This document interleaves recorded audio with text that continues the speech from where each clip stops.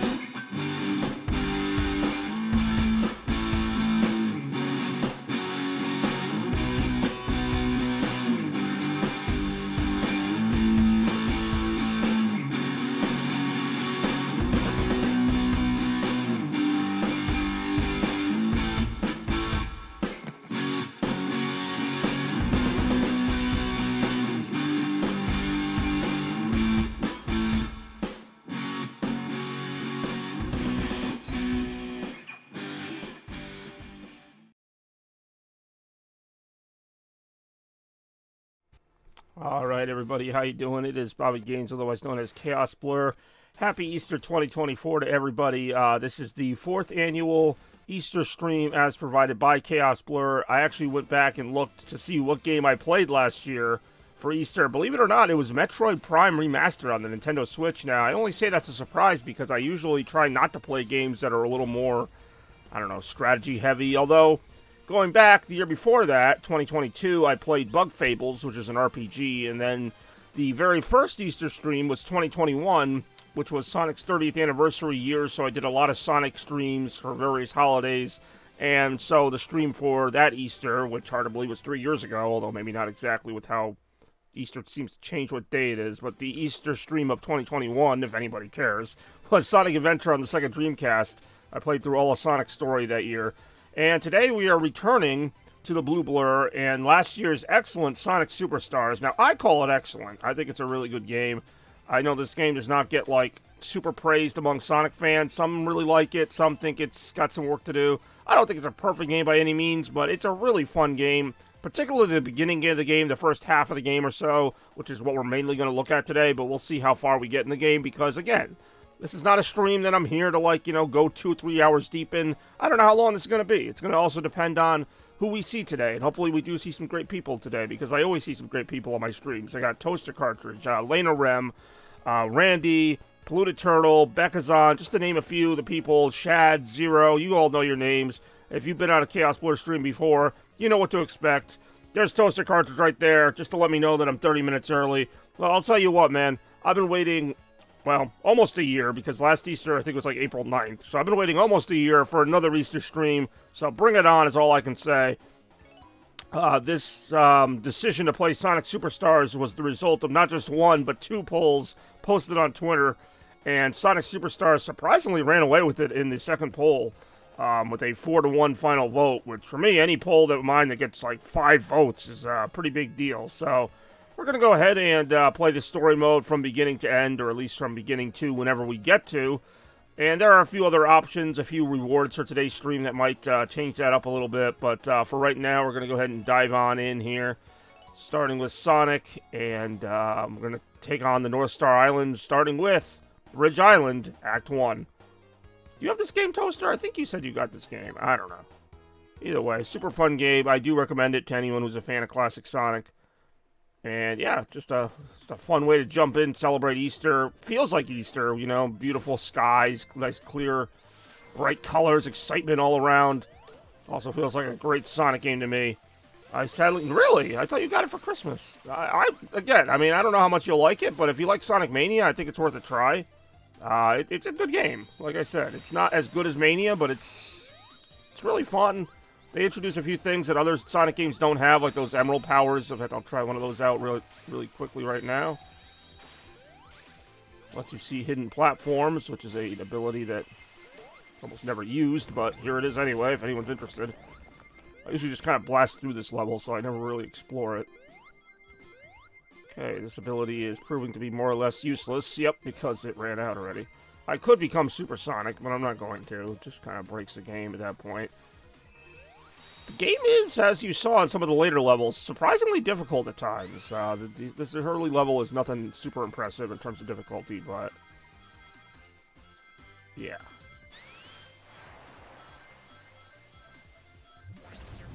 Also, these weird portal things you can jump into, which, again, I've shown this game off a number of times, so you're probably not really seeing anything super new. But like any good Sonic game, even though I've been through it a number of times, that doesn't stop me from wanting to go through it again.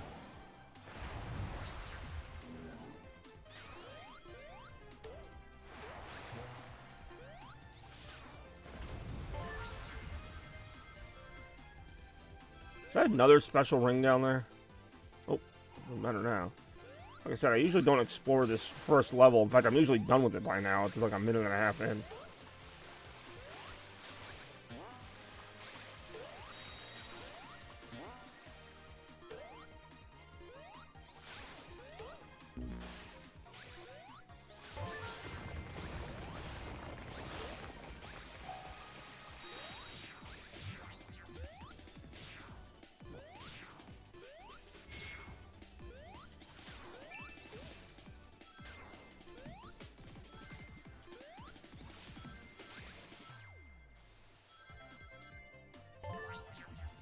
First boss fight, if you could even call it that, is not much of a boss fight. You just kind of watch this shark thing in the background, which is really, in some ways, disappointing because they made this shark thing seem like it was going to be this big fight, but it is in the background of the box art. It's featured in a lot of the promotional artwork, but literally all it is just a little chase sequence like that. And then you're done. Hey, oh. More Sonic Superstars right now. And, of course, happy Easter to everybody. Ooh, howdy, howdy, howdy to you, too. I really did just drop my controller. God damn it. I've got the Easter-colored, I mean, it's actually just a powder blue, but it's an Easter-colored PS5 controller for this action here. I'm Sheriff Woody. Howdy, howdy, howdy, howdy. Happy Easter. Howdy, howdy, howdy, howdy, howdy. That was a bit much. Yeah. More right now. Alright. Got any plans for your Easter today? That'll be a question I ask anybody who joins the stream.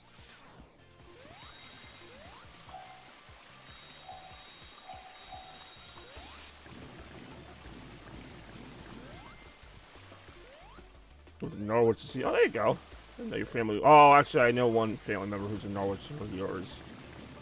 I thought your family was somewhere else, not to give away the location of Toaster's Familia. Well, I too will be seeing family later, which is why I'm doing this now. So I wanted to give this time, I didn't want to just rush this stream out and only have like an hour. I wanted to make sure I had enough time, should more people show up, and we can just kind of chill for a little bit. I know how much Pluto Turtle loves a good Sonic game, so I know he won't want to miss this.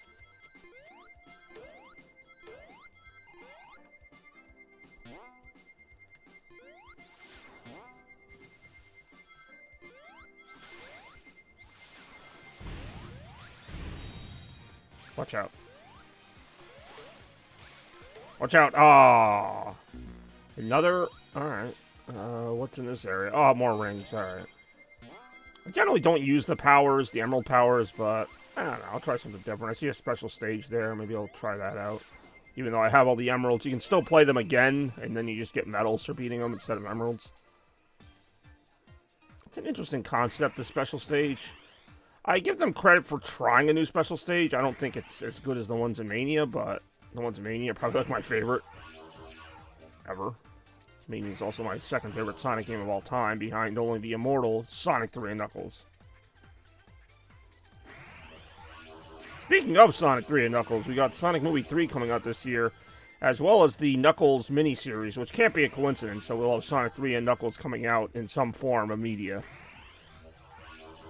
And the Knuckles series actually looks pretty good, so I don't know if I might have to get a free trial to Paramount Plus to check that out when it releases. It's sometime later in April. These are not easy, actually. I'm going to run out of rings. Yep, I ran out of rings. Sometimes you run out of rings, and sometimes the rings run out of you. What are you going to do? Not much you can do. You're not easy. I'm not easy. You're right. I am a tough cookie to figure out. I'm not proud of it, but it is what it is. Right now, it is Easter 2024.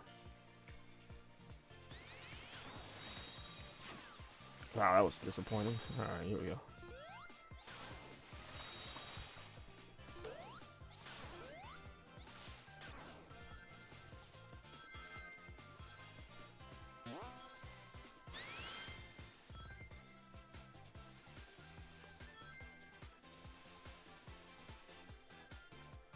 Never turn your back on a chicken. That is good advice, actually. I don't know a lot about chickens, but I could definitely see where turning your back on a chicken would not be a good idea. I mean, really any animal. There's a lot of animals where if you give them a chance, they will make you pay. I don't know if that's exclusive to chickens or what. Wait, is this ring, like, here because of the hidden power? Was that ring there anyway? I actually don't know. Kind of taking my time here. Letting the moment sink in that we are, in fact, at Easter 2024.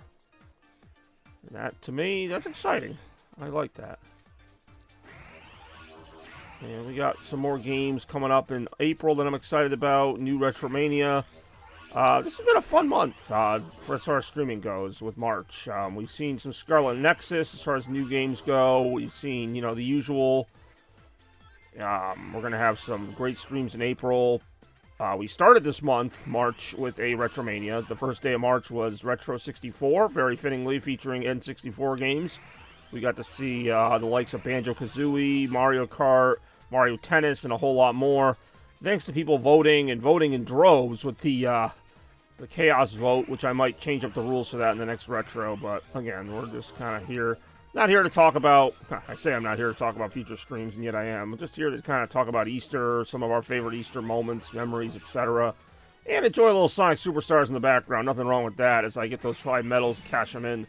By cash them in, I mean, I don't even know what that means. I've actually got 2 sodas here today, because yesterday you guys ran me out of soda. So we've got some Pepsi. On one side, we got this new flavor, Mountain Dew Baja Point Break Punch, which I'm going to crack that open real quick. I got pink and blue colors to celebrate Easter, and that's all I can say about that.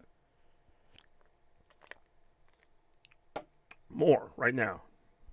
Sonic got medals, which, in case you're wondering, those medals let you buy extra cosmetics in the battle mode, which is actually not a terrible mode. There's just not a lot to do in it, but I appreciate them trying. It is online, I will say. Unlike the game, you can't play co-op in the game online, but you can do the battle mode online with up to 4 players. You got these loop-de-loops that literally send you on a loop-de-loop like 8 times or whatever. Now it's almost time to fight the evil doctor himself, Dr. Robotnik.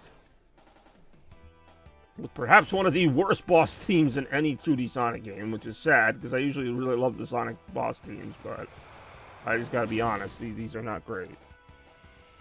Well, there he is, got a new robot, got himself all ready to go. We'll see how he does right now.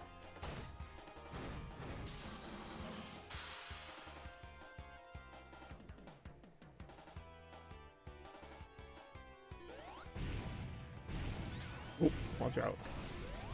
Watch out!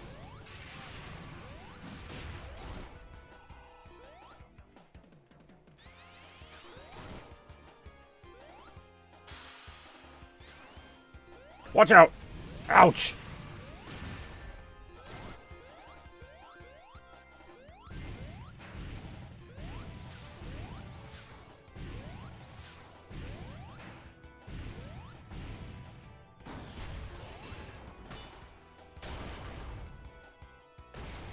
It looks like it's over, but it's not over. That's why you never turn your back on it. Well, chicken with an egg either.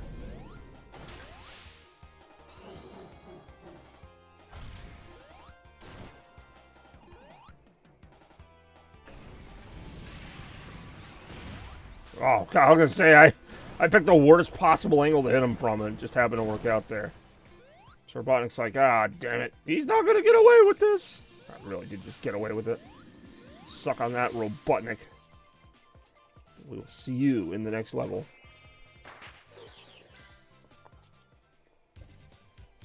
Alright, a little Easter action here.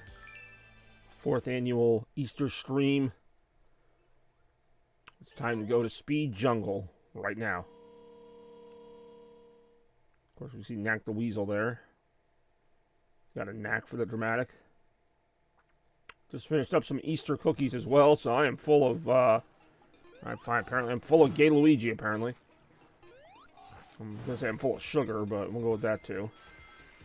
Again, when aren't I full of sugar? I always feel super hyper, that's probably why.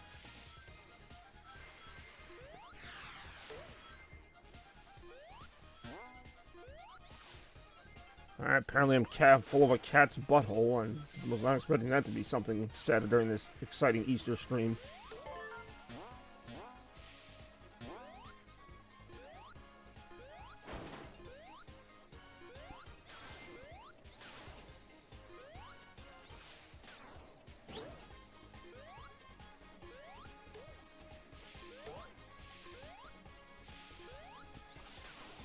More cat butthole after this.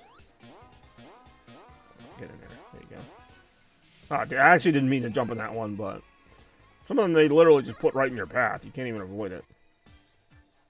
Catch the medals. Damn, it's a lot of medal catching I gotta do. Let's see how much right now.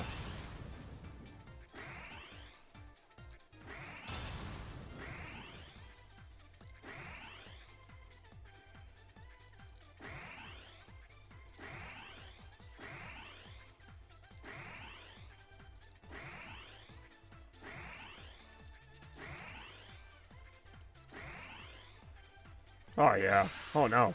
Ouch.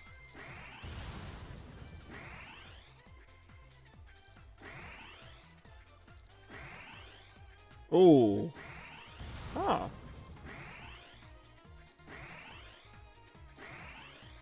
Oh, so close. Like I said, these are not easy special stages. Got it. As I get it anyway. These are not easy special stages. Next move gets the freaking 5 medals. Can't wait to use these to get more gloves for my glove action figure. That's exactly what's going to happen.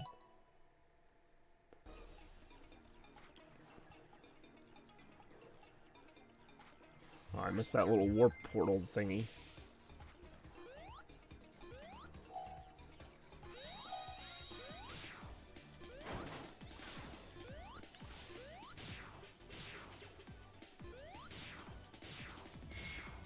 Yeah, there's nowhere else to go up there. Oh, hello.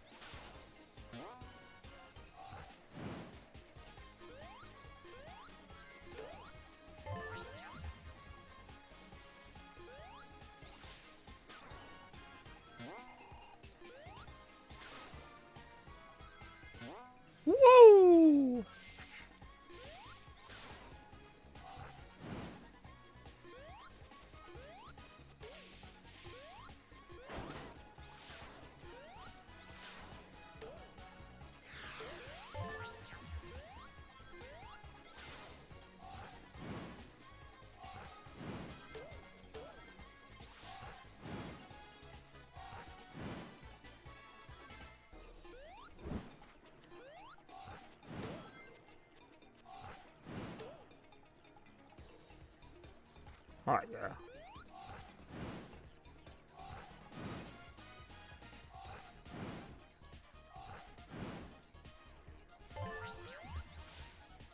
Whee! I like that they brought rail grinding into like a 2D game. I mean, they did it in Sonic Advance as well, but in like a classic era, it's really never been seen. It's only in this level as far as I know. Uh-oh, here we go. Boss enemy. One enemy it is. Oh, here we go. Ooh, this thing.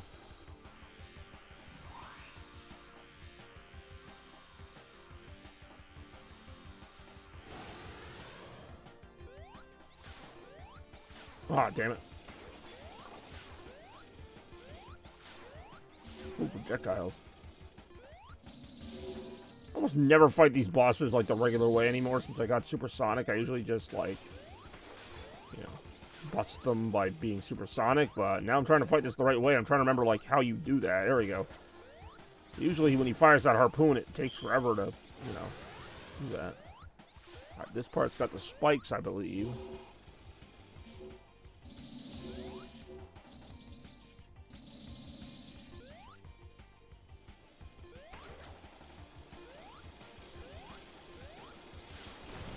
Watch out.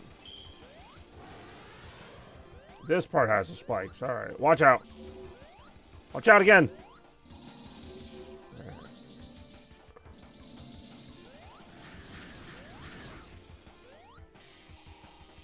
Got him. Not a bad boss fight, actually. I know the boss fights are not, like, highly regarded in this game, but I don't mind them. Like, I don't get why people want Sonic boss fights to be super duper easy, where you just, you know, pounce on Robotnik or whatever 10 times, like in the old games, when he was dead before he even got an attack off. Like, some of them I do think get a little cheap, especially the one at Sky Temple and Cyber City, but Cyber Station, rather. For the most part, I mean, they're fine. Like, I mean, difficulty-wise, yeah, they get harder as they go, but that's kind of how Sonic games always were. I think this game does a pretty good job of reimagining the classic Sonic formula with, you know, some twists and stuff. I like that the Chaos Emerald powers all give you a different, like, ability now. You don't have to get all 7 of them to get an ability. Now we got Knack the Weasel chasing us just for a little extra excitement. Now we got me getting hit by Knack the Weasel just for a little extra stupidity. Hey-oh. Watch out, laser.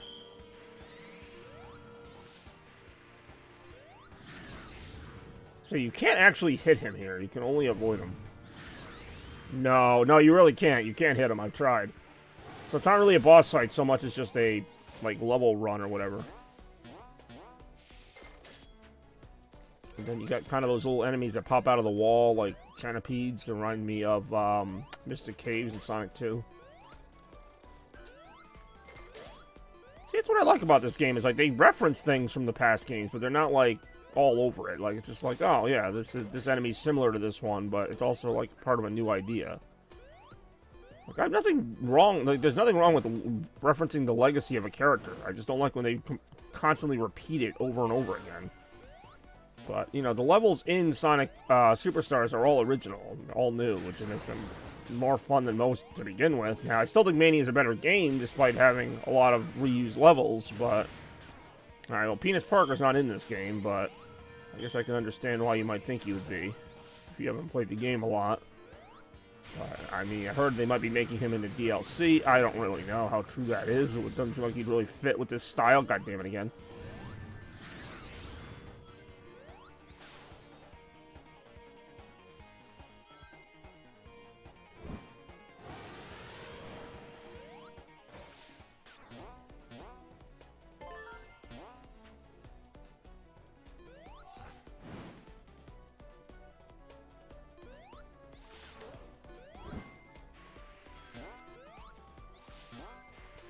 Hey, look, it's Zubat. Now he's Zoo dead.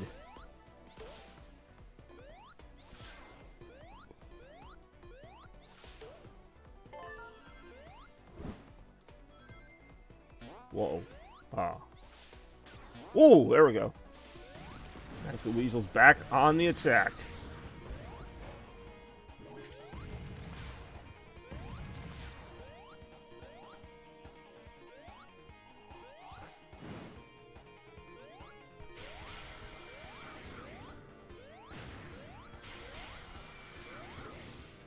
Watch out.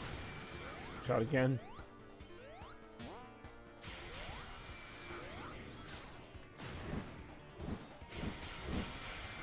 Ouch! Uh-oh.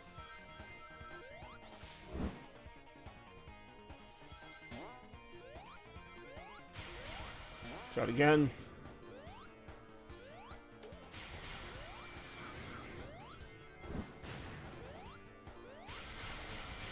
Watch out some more.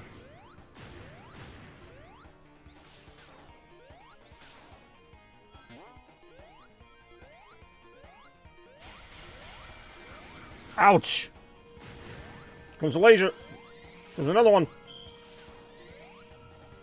And that ain't messing around here.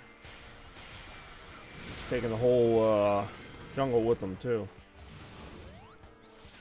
Here we go. Nice.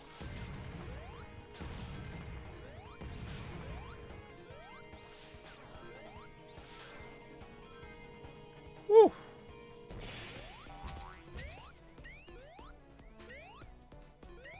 Alright, oh, there we go.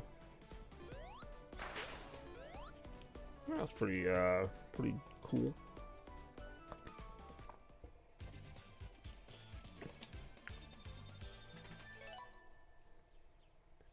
Ooh, story moment. What a moment it is. More right now.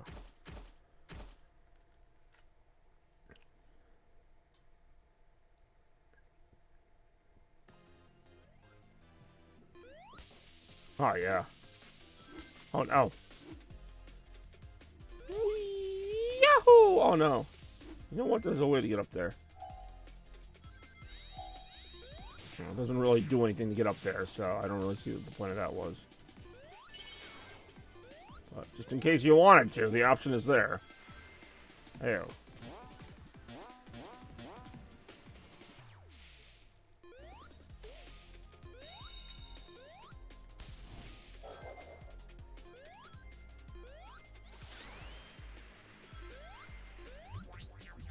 Oh, nice jump.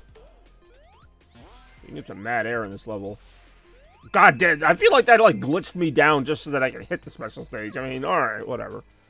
I could not care less about special stages at this point. I already have all the emeralds. Yet here they are, like, so easy to find. You glitched you down now. I mean, I guess I did, yeah. I mean, you saw how that bumper was, like, not anywhere near that ring. And I'm gonna... Yeah, I was gonna say, I'm just gonna die here because I'm not gonna have any more space to go, so... Oops. Hey, yo. No, it was like I should have gone over the ring, and all of a sudden the game's like, close enough, and it just threw me into the special stage. Hey, yo, time to die. I mean, yeah, if you can die in a special stage, which apparently you can. Doesn't matter, there's no lives in this game anyway. How do I get to that background, I wonder? Hey, yo. Whoa, I have a feeling I wasn't supposed to do that, but I did. Hey, yo. Tell you what I am supposed to do. Enjoy a great Easter. Oh, we got Randy here. Randy's hidden in the stream somewhere, and he's going to throw some Easter eggs onto the proceedings. Which makes sense to me. Of course, this is the last day to activate the Easter egg ability. After which, well, it'll be replaced by something else. Ouch. Eventually. How you doing, Randy? How's your Easter going? Thanks for joining us for the 4th annual Chaos Blur Easter stream. Not quite the same mystique as the Christmas Day stream or the Hollow stream, but still a really fun one. Easter, of course, my 4th favorite holiday of the year, and what a holiday it is. Really the only day like it, you know, for the rest of the spring. Like, the next, like, noteworthy day, really, is, like, 4th of July, which is still a few months, more than a few months away now. We'll get to that when we get to it. For right now, we just be doing this.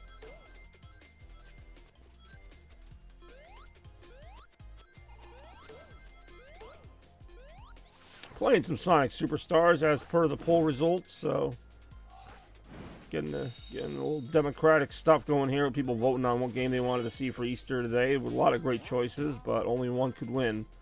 And that is why we are here right now playing Sonic Superstars for Easter 2024.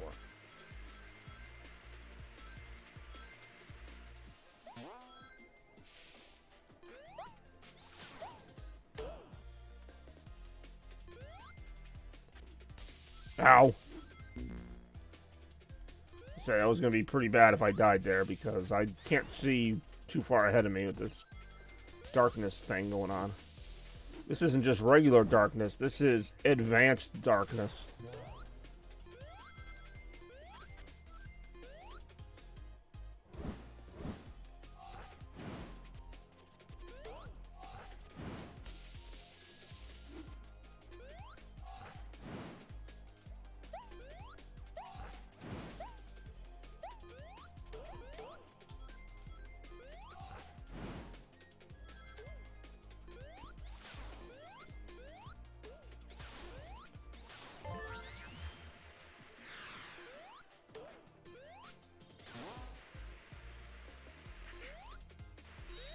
Wait, the Vine Power?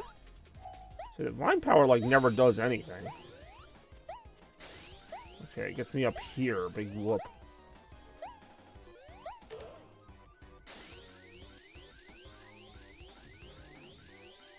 Okay, I'm gonna say I never use that power, so I was just a little... Oh, wait, there's a fruit there.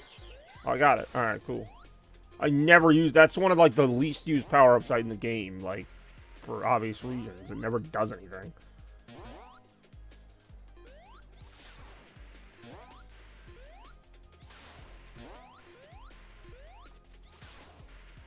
Yeah, it was good seeing Randy for a few seconds there. I'm pretty sure he's gone already, but while he was here, it was quite the experience. There. What the hell? Alright. Ooh, that thing. Oh, hey, Randy's back. Happy Easter to you too, Randy. Thanks for stopping by. It's an Easter miracle. Uh-oh, time for a boss. It was an experience. Well, it always is an experience on Easter Day. Still not over yet, though. In fact, just beginning, as it is slightly after noon right now on Easter Sunday, 2024. Here we go. So this boss cannot be hurt except by its own... Oh, you had your Easter yesterday? Alright, well, that's something. Alright, so you gotta try and get him to hurt himself with his own... there we go. Interesting boss battle. Almost reminds me of the Knuckles version of Marble Gardens boss. Similar premise comes into play. What's up, Toaster? Ooh, missed.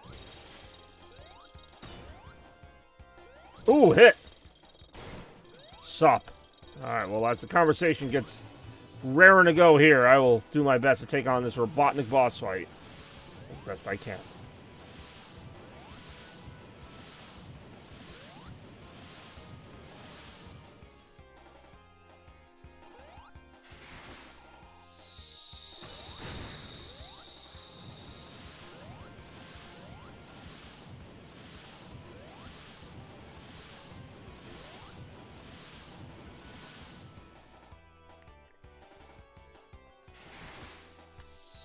Got him.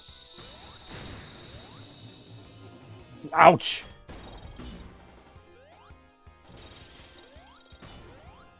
Got him again. Oh, no. Oh, yeah. Well, that'll do it. Take that, Robotnik. First time I fought that boss, I wasn't sure if that was actually like a Robotnik boss fight or just like one of his robots. But no, he really was in there. For some reason. I don't know how he even fit, but...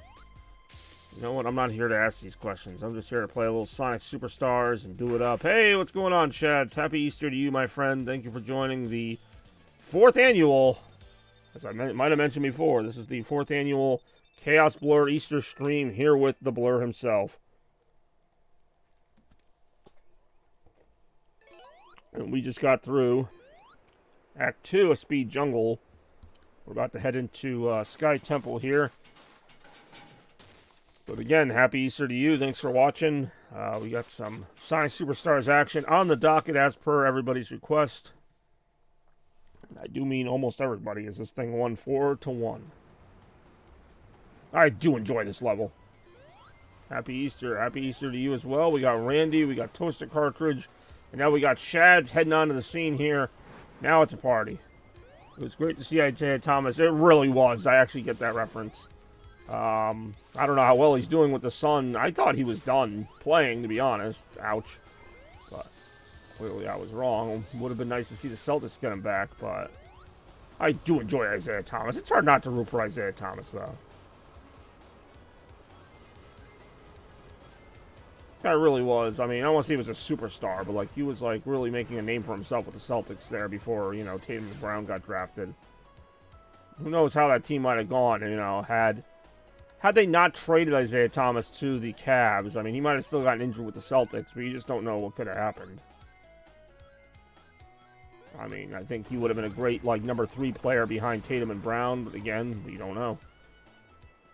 I don't even know how much he played for the Cavs after they got him with that trade with for Kyrie Irving. I mean, not that I wanted the Celtics to pick Kyrie Irving. I'm not going to go back on that now and say I didn't.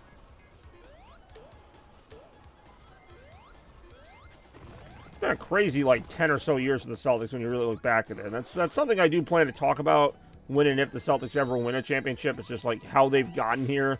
All the moves they tried to make to change the team and improve the team. Some of them worked, some of them didn't. And just, like, how that whole process went. It feels like, you know, this championship, like, window or whatever you want to call it, you know, like, I want to get that balloon. You know, what they're going for, you know, you could argue they've already kind of reached that goal, but I guess they technically haven't reached the goal until they get a championship. So that's kind of what I'm waiting for before I can really say that this journey, this new Celtics dynasty is really complete. Or at least the beginning of one.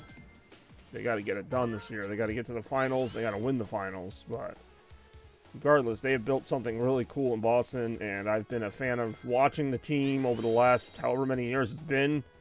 I was not a fan of getting hit by that cloud enemy, but everything else was a fan of.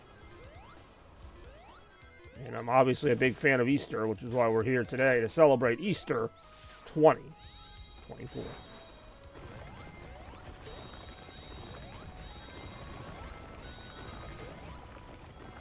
But yeah, I do enjoy this level.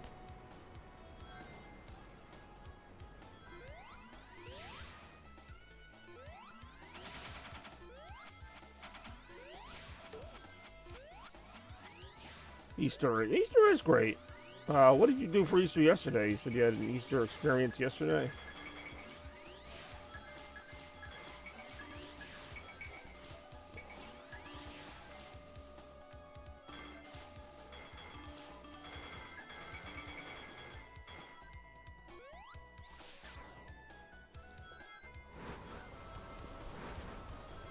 Ow.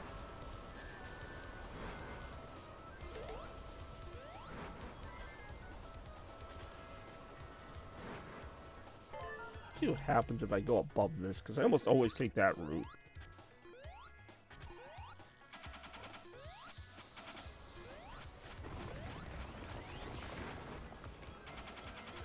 Ow. Oh, you know what? Let's go through this. There's a lot of different ways to go through this level, which is why I actually really enjoy this level. The boss fight is a little annoying. That is one that I'll give them.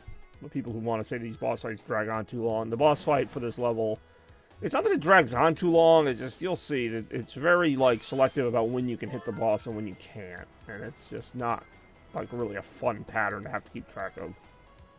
But we'll see that momentarily. Well, actually, not momentarily. Alright, that was giving me what? Okay, I see. There's a lot to this level. I never really go this way. Now that I have, I don't know why I never went this way.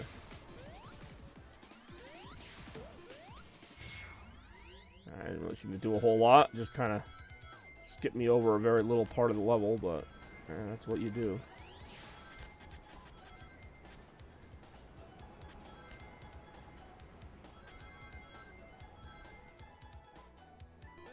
This part we gotta watch out for because, as you can imagine, it's a long way down.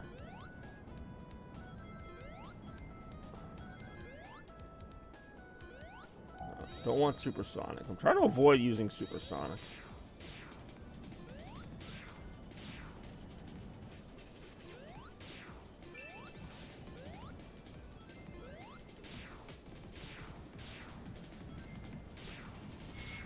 Oh boy. I was gonna say, I knew where that was going, and I'm like, oh, if I don't hit that string of rings at a certain point, I'm just gonna fall to my death, and that's gonna be it. So, a little too clever there for me. I did not need to do all that. I was just trying to skip a little platforming, and what do you know? Not only does that not work, but now I end up having to redo this section.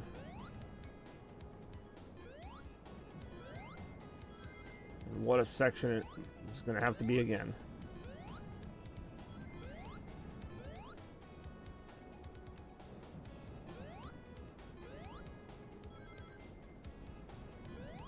Yep, that's the string of rings there, and I'm like, the string of rings ends like right before the boss starts, but without, yeah, if you don't start the string of rings, I don't think it lets you pick it up later, and we now know that it does not.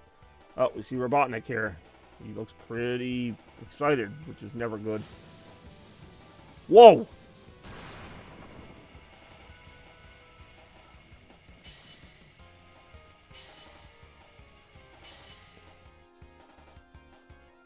Whoa!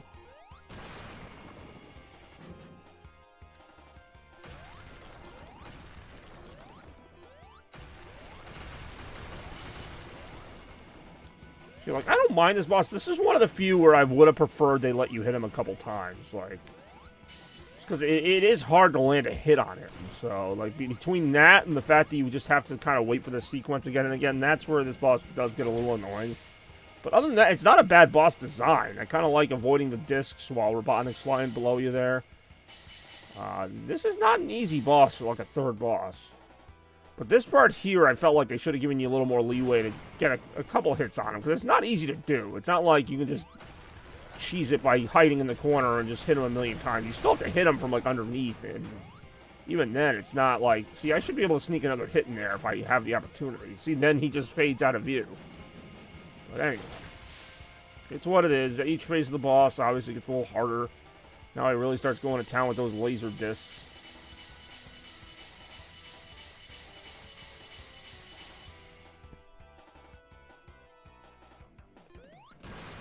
It doesn't help that I don't love this boss music either. It's the repetitive loop over and over again. Oh, this part though, I do hate this part.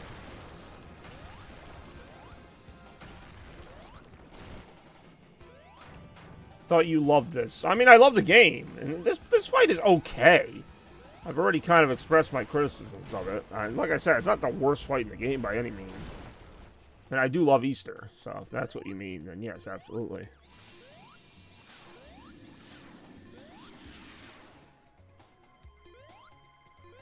But it's also forgiven because it's a one-act level, so it's a longer level, but it's only one act.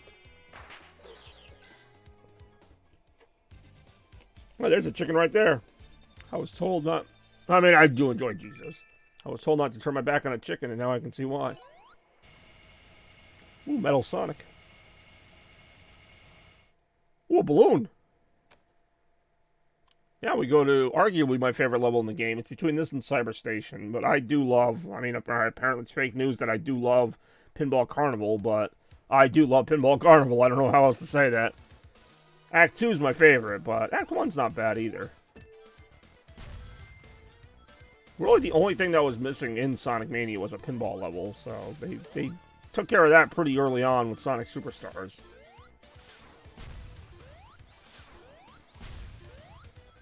And it really does play like a giant, like, floating pinball table, and just there's all kinds of stuff going on here. It's a really fun level. Highly recommend it.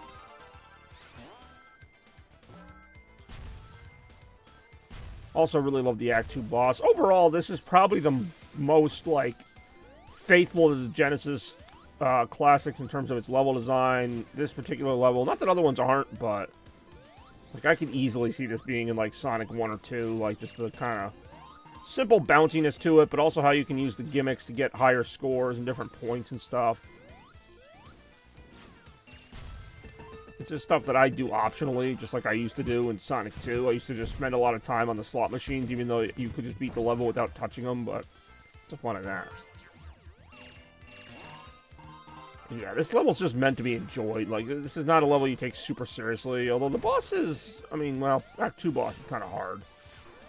Is this Studiopolis? No, this is Pinball Carnival Zone. I mean, I think Studiopolis is more creative, yes, but I'm a sucker for pinball levels, so what can I say? Give me a pinball level and I will play it. I mean, alright, Sonic's Pinball Carnival Zone. Looks like we found Toaster's favorite level as well.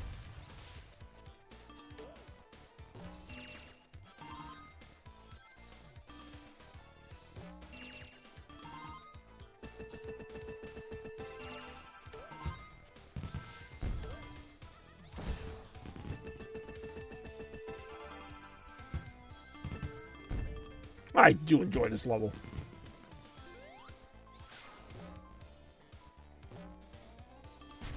Oh, yeah.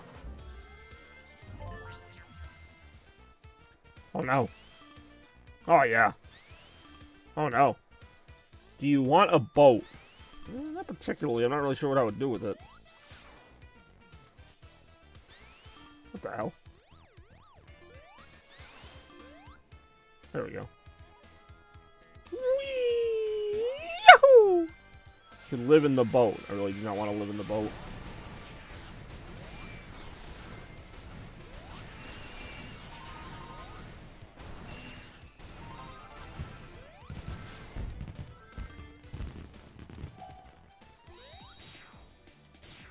Crap. Trying to get up here. There we go. Bobby out to sea. Not really a big sea person, in case you hadn't noticed. I'm not exactly what you would call nautical in any way. Ooh, a mini-boss. Got him.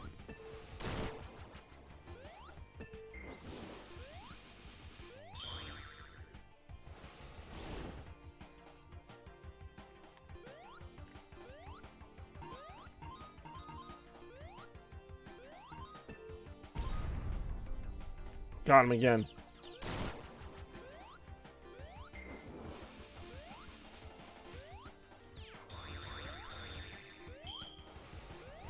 Ouch! Didn't get him again. Watch out! Ouch. Ouch!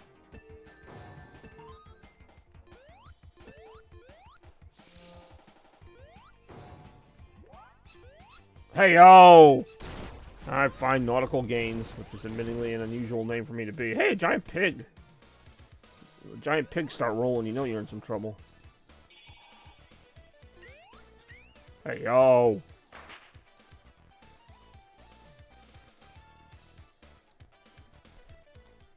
Hey, yo! Don't talk about John that way. Nicely played.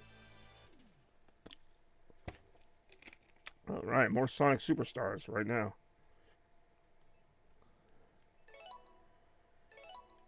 Now we get to play one of my favorite levels in the whole game. Carnival, whatever it's called. Pinball Carnival Zone Act 2. Whatever this thing's called.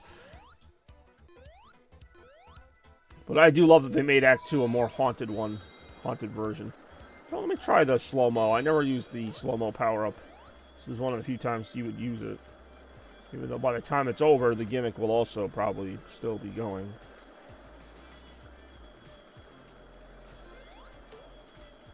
See?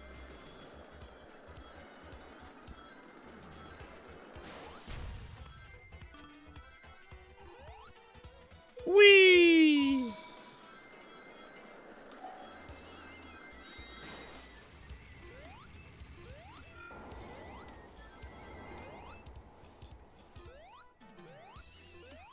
This is another special stage up that way.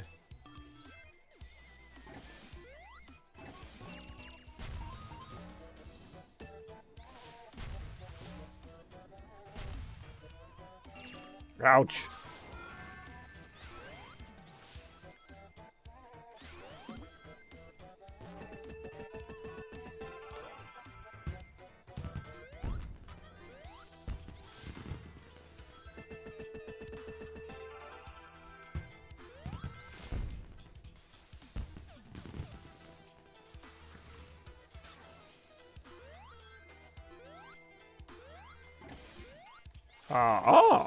Oh.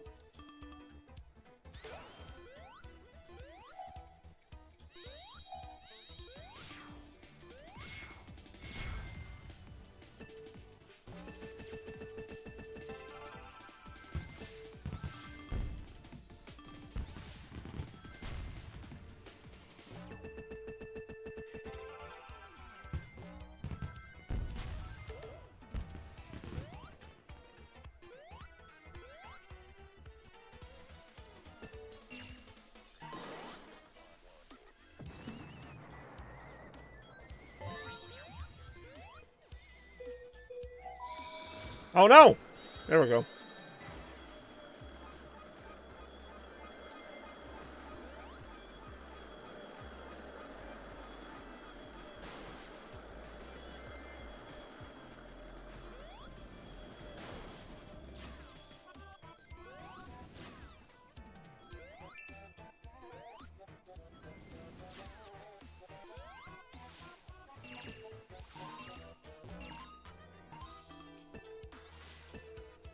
Oh, yeah.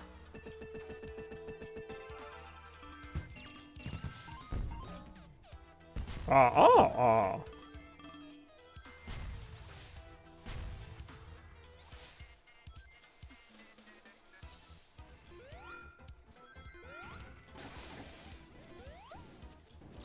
Ouch.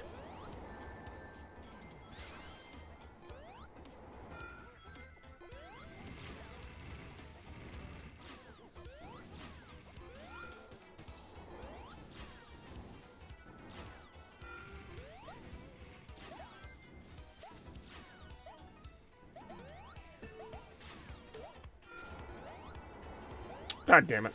God damn it. Not god damn it. Ooh.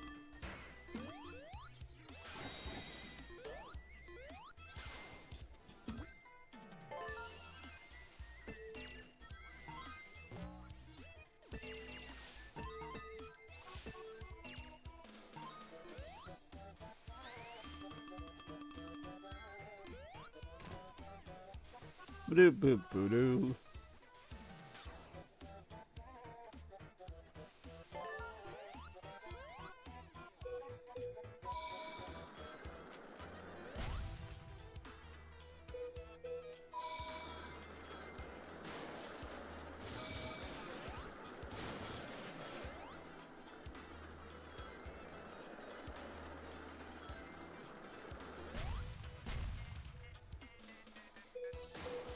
Watch out.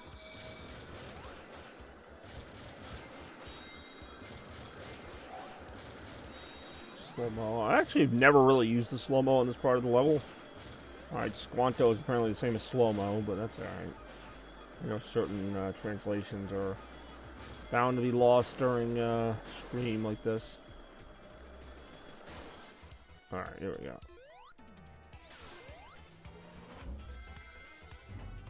Do you know Squall? I really don't. Ah, I accidentally entered this bonus stage. God damn it, at least time to catch these stupid medals. Let's see if I catch any of them right now.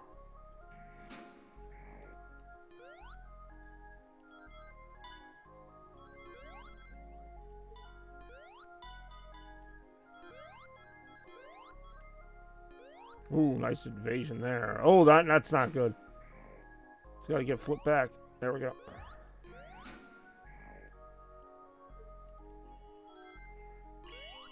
Alright. Oh no. Oh, alright. Oh no. Oh, maybe. I don't know. I usually don't really play these, so I don't really know what I'm doing. Oh no. You don't remember what are you going on about? I have no idea, man. I'm playing some Sonic Superstars in honor of Easter 2024. More Easter action right now.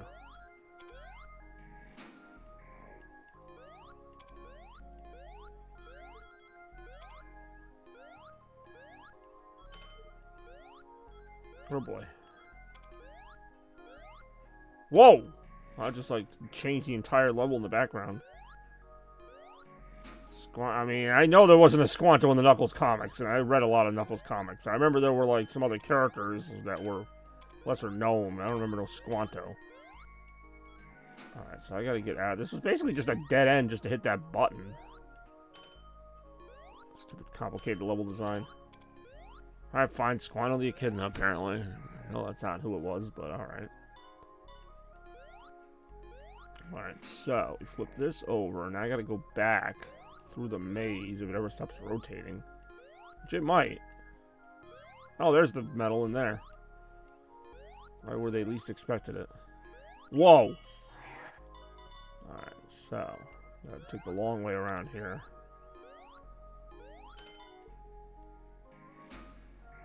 Alright. Here we go. Oh no! Oh, I was so close to that last medal. So close that it actually glitched the entire stream trying to get it. Wow. Alright, more fixing the Elgato right now. I can't believe you think I'd remember this. I don't know. I'd have to, like, really go back and read the Knuckles comics. It's not really something I read a whole lot of. I mean, I remember Kragok from the Dark Legion. Alright, hold on. Here we go. Game capture. Get a little... I remember Elgato, the defunct transmitter of video. Let me just see if it comes back. It probably won't, but you never know. Oh, maybe it did. Yeah, I'll do what I do sometimes and just flip it back over. Sonic's getting impatient. I don't blame him. Got some Easter 2024 action on the docket here, though. That's what we're going to try and do.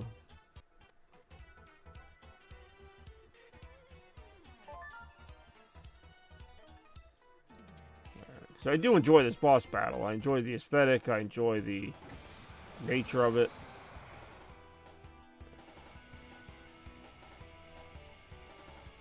And I enjoy the way you have to hit him. Feels very like old school Sonic. So that's what we're working on right now.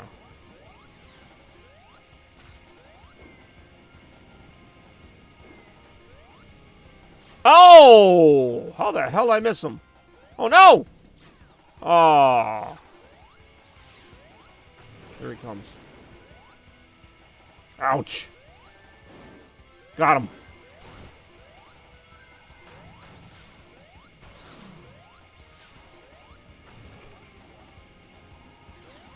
Watch out. Watch out again. Got him.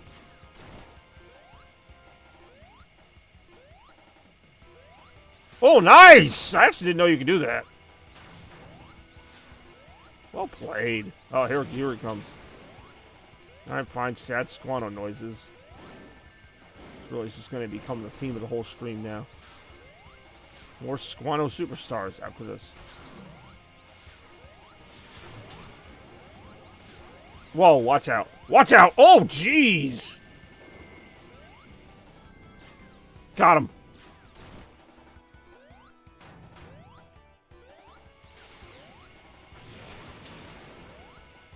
Got him again! He's dead! Wow. That was a good boss fight. But then again, I already mentioned it would be.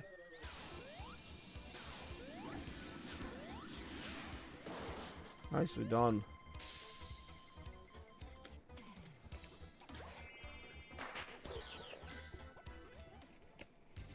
Another giant pig.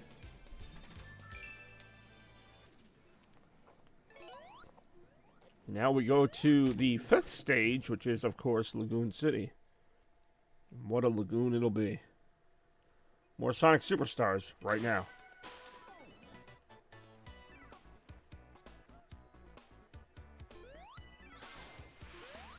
Whoa! That was quick.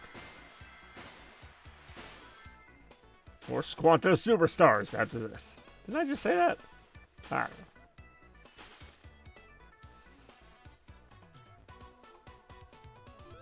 Good job, Squanto.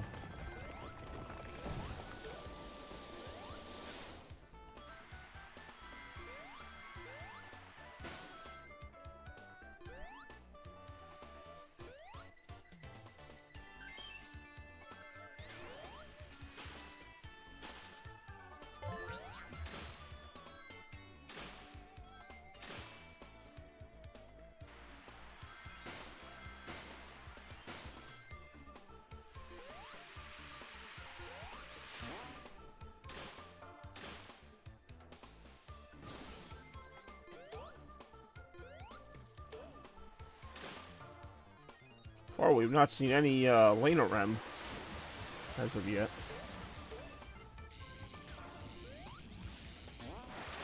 We have seen Randy, Toaster, Shads. That's really it. Hey, yo. Ow.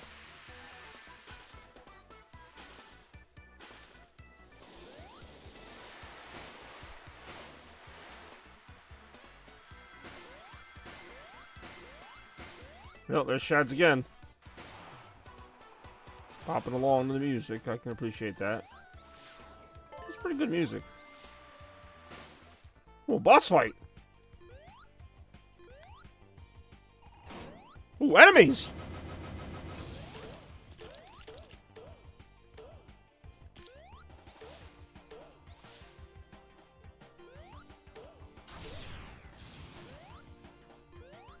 Oh, I hit him. Oh, now he's pissed. More enemies.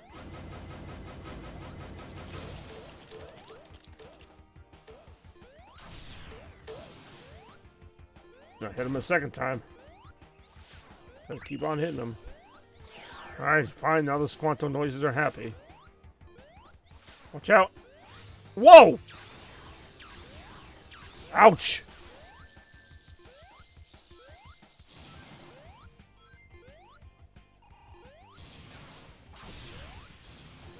Dead. Hear him pretty well. Back to your big old walrus. Fine, walrus is gone. Hey, yo.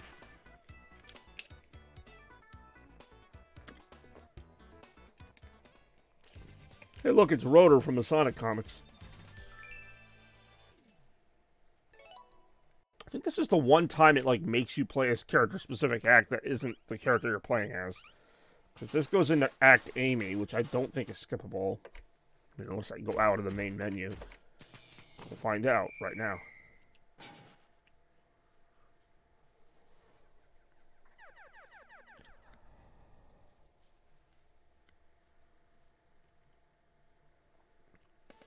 Yeah, it just takes you right to Act Amy. It doesn't even give you a choice like on some of the other ones. Alright, fine. Pissed off Squanto noise. Apparently Squanto doesn't like Amy. I don't know how to feel about that.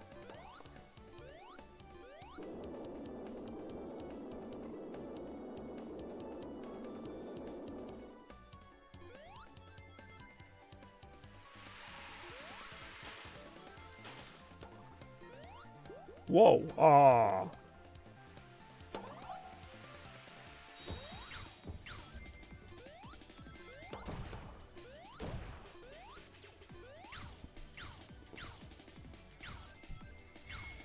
That's a pineapple.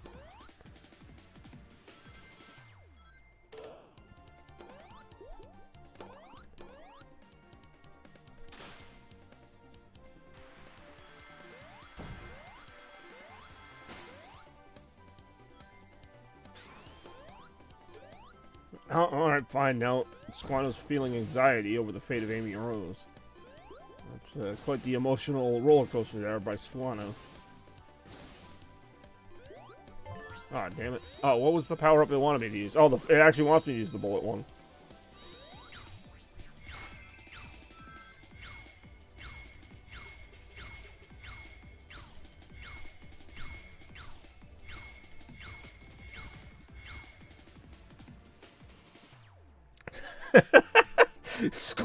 Squanto noises. I do enjoy when Squanto makes noises that are relevant to Squanto themselves.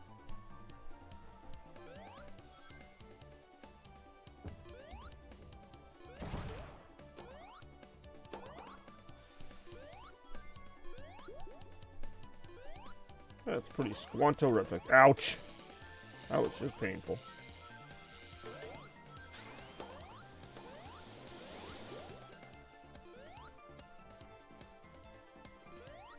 Ah, damn it. I got tricked. I'm not sure how I got tricked, but I got tricked into jumping into that special stage. More special stage right now. See if I can do any better at this as Amy. We'll find out right now.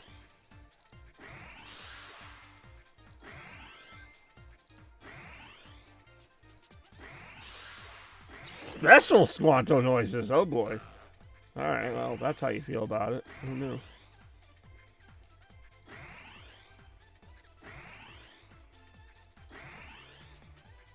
Ouch. Ouch. Ouch. Ouch. Whee!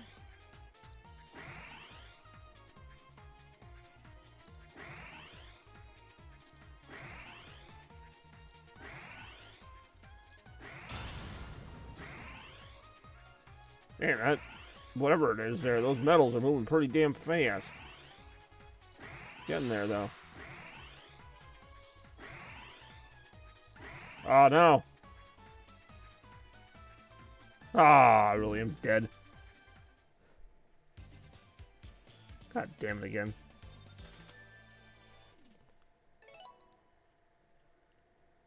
That was a unique waste of time.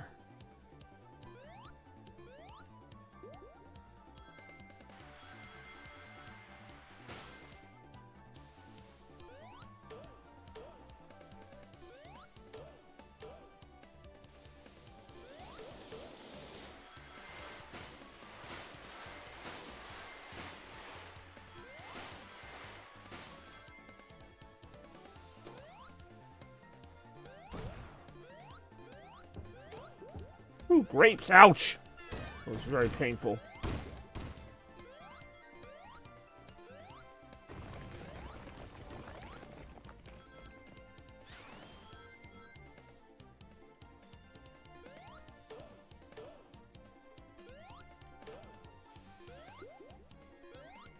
I thought this always sounded like Kirby music, this particular level. But you didn't hear it from me.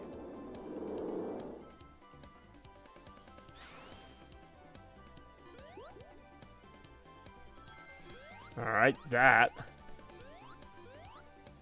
Whoa!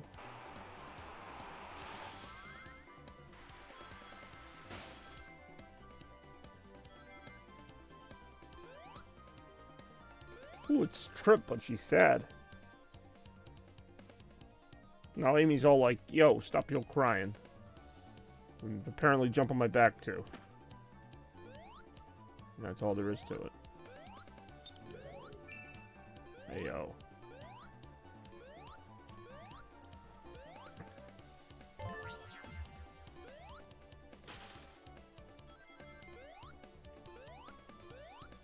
Chat again. Ouch. Hey, what's going on, Lena? Damn it, I keep doing that. Lena Rem, what's going on? Welcome to the Chaos Blur 4th Annual Easter stream. Happy Easter to you, and thank you for joining us here today.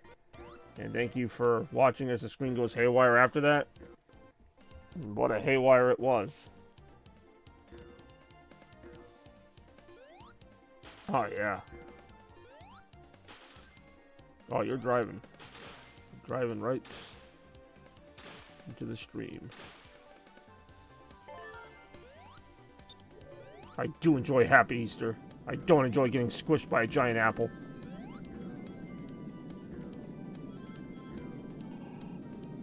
Oh no!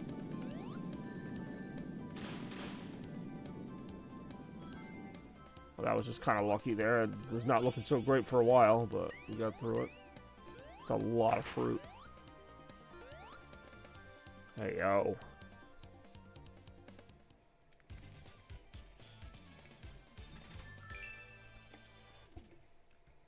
More Easter action right now.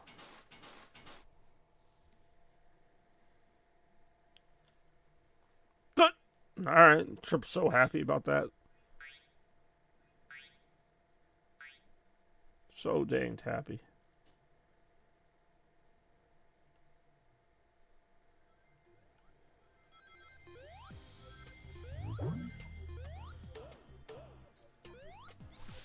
Now we're back to Lagoon City, but now it's Act 2.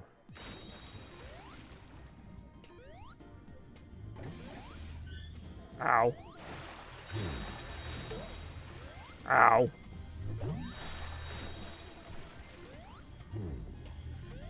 Oh no! Oh. Alright, screw it, I'm going this way. The game seems to really want me to go this way, so I'm gonna go this way. Ow.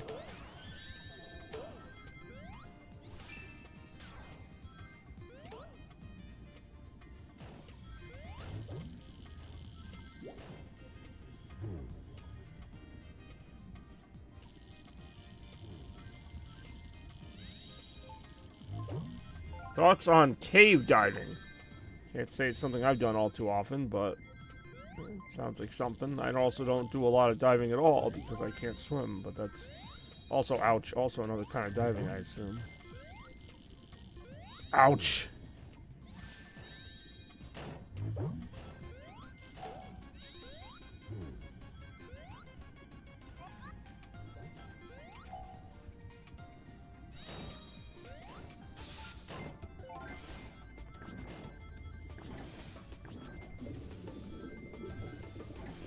Watch out. Alright. Whoa. Well, I tried as long as I could there.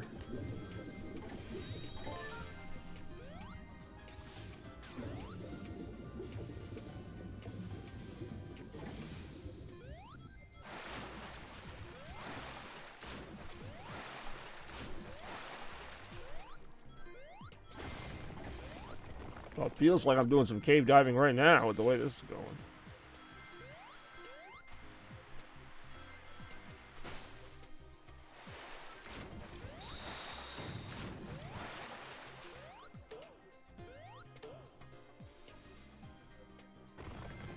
Ah.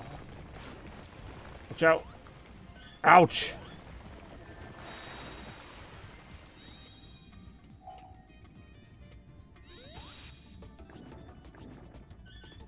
Just want to go down here and see what's up with this.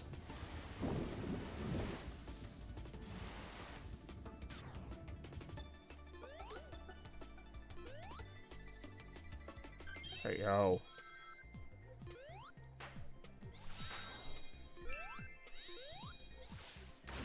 Okay.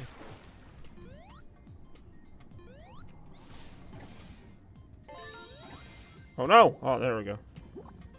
Accidentally hit the wrong button there.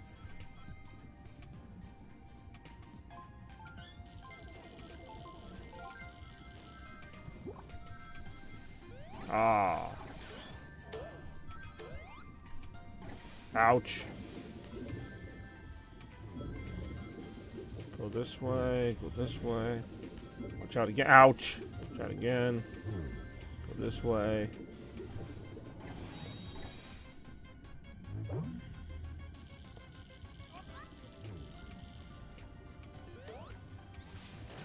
Ooh, here we go.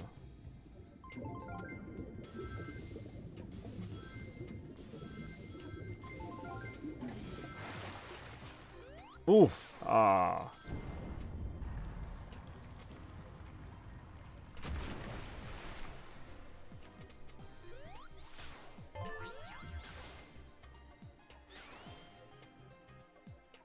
Ooh, it's Robotnik. That's a surprise and a half.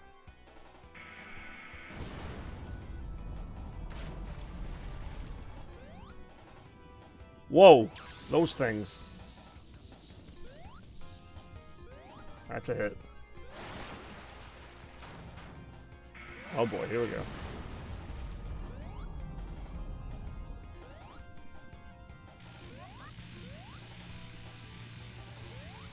Nice shot.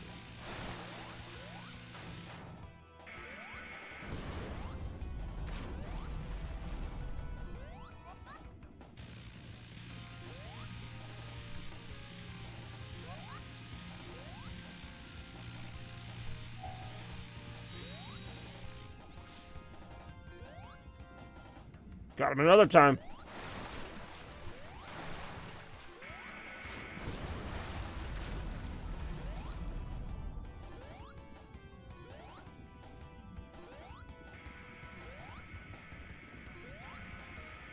Got him.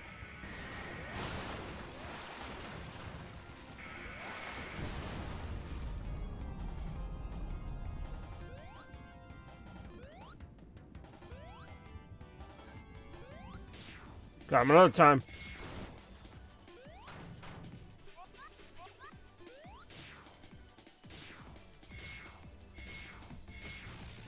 Got him another time. That should do it. He gone.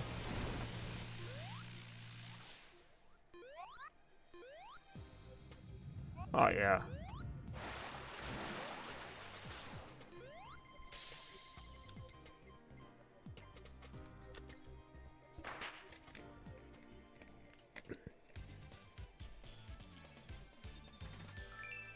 Oh, yeah.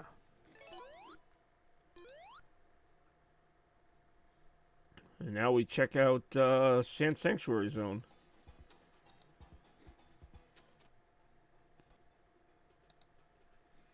More right now.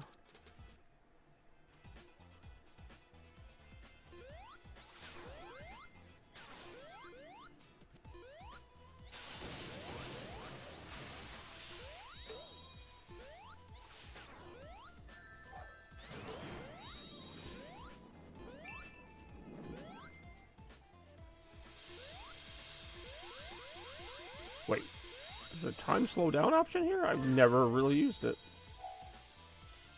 Oh, I see. Ouch, well, it's gone now. Ouch, well, it's gone now.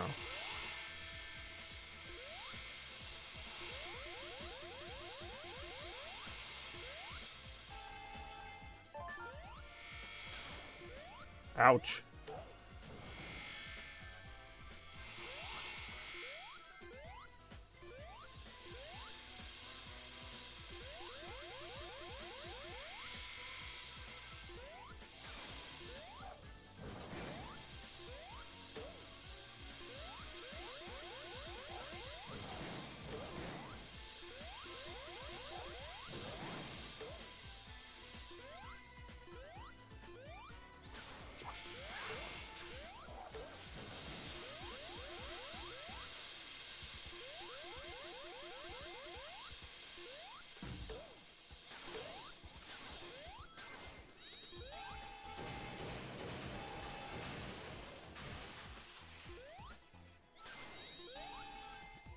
Ow.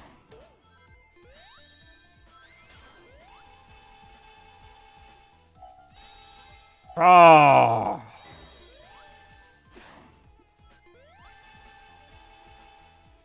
Squanto.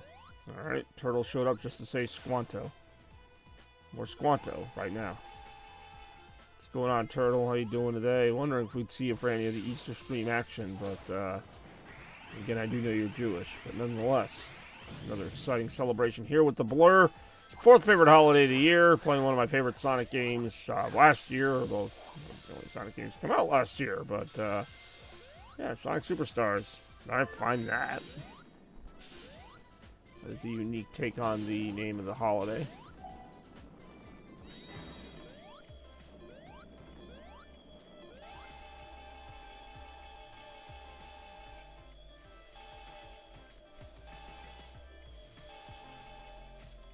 God damn it. God damn it. Ow. I should reload to throw those things out there.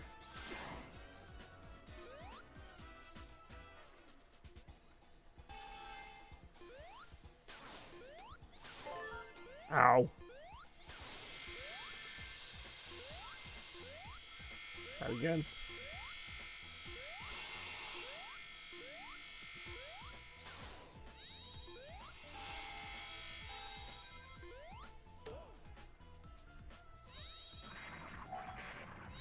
Oh. Nothing really be coming of that. But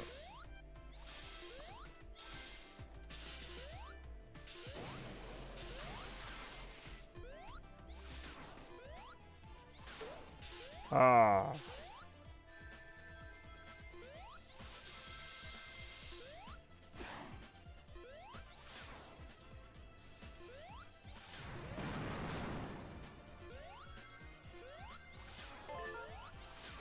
Ooh, boss fight.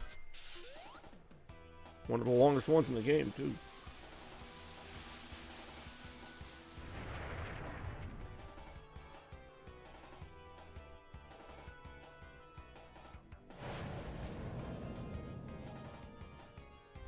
Alright, there he is.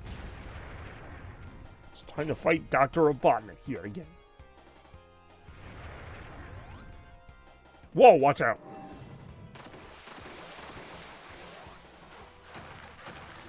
Enemies.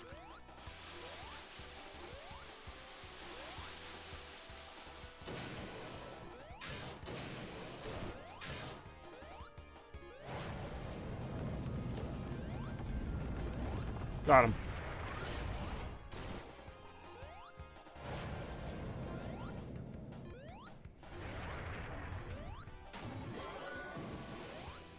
Watch out. Are you gonna eat? I really am gonna be doing that.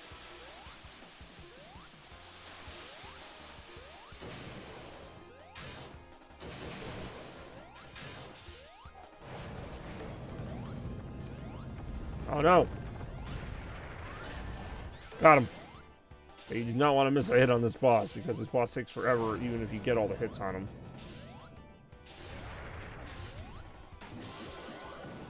Whoa, now what? Ow. There's a way to sneak a hit on him there, and I can never figure it out.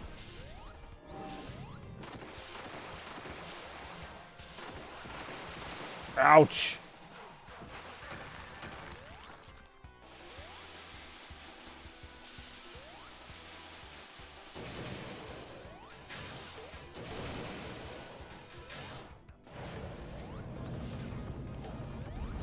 Oh. That's where I would have to probably sneak a slow-mo hit in if I was going to get a hit on him there at all. Watch out. Wow.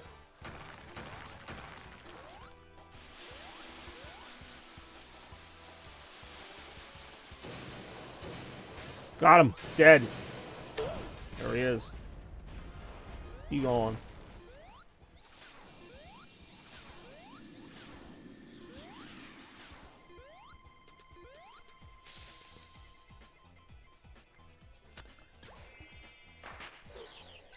I'm fine. Happy Squanto sound effects, apparently. Now it's time for Press Factory Zone. What a zone it's going to be. We'll find out how it'll be right now. I do enjoy this level. I don't enjoy dying as soon as the level starts.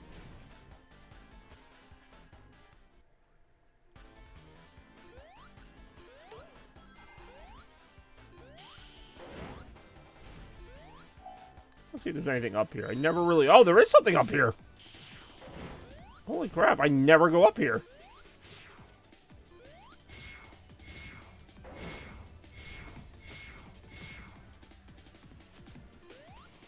I do enjoy awkward squanto noises. Yeah, that's not my best work.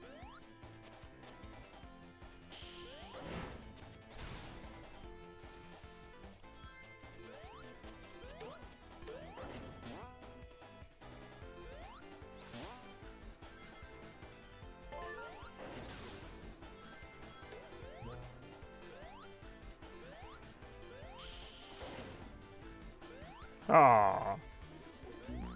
I mean, alright, meet Knuckles the Echidna, apparently. You guys, like, both reading out of some kind of, like, Sonic manual? I have no idea where you're getting some of this stuff. Ouch.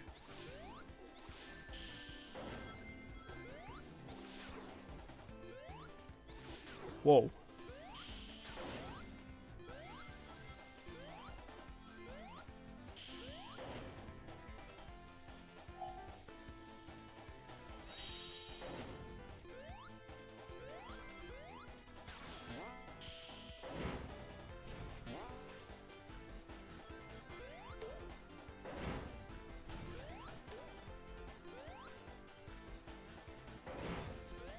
Squanto School for... Alright. That was something unusual, I guess. It's gonna be just the Squanto Easter stream here. More Squanto right now. Whoa! Oh, that was tough. That was not as tough.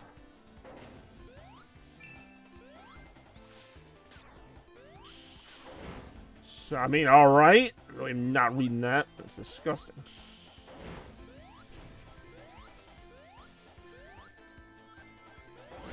And a little confusing, to say the least. More confusion right now.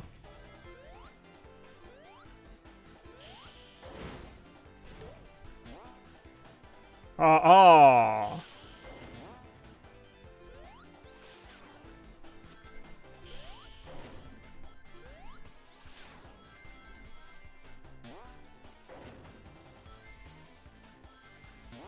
Oh.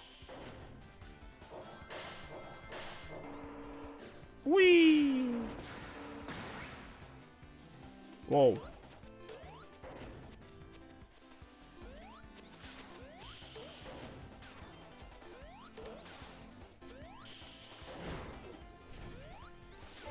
Whoa, that was almost too close. Oh, hold on, the invisible power. Oh, look at that. There's more platforms. They were there the whole time.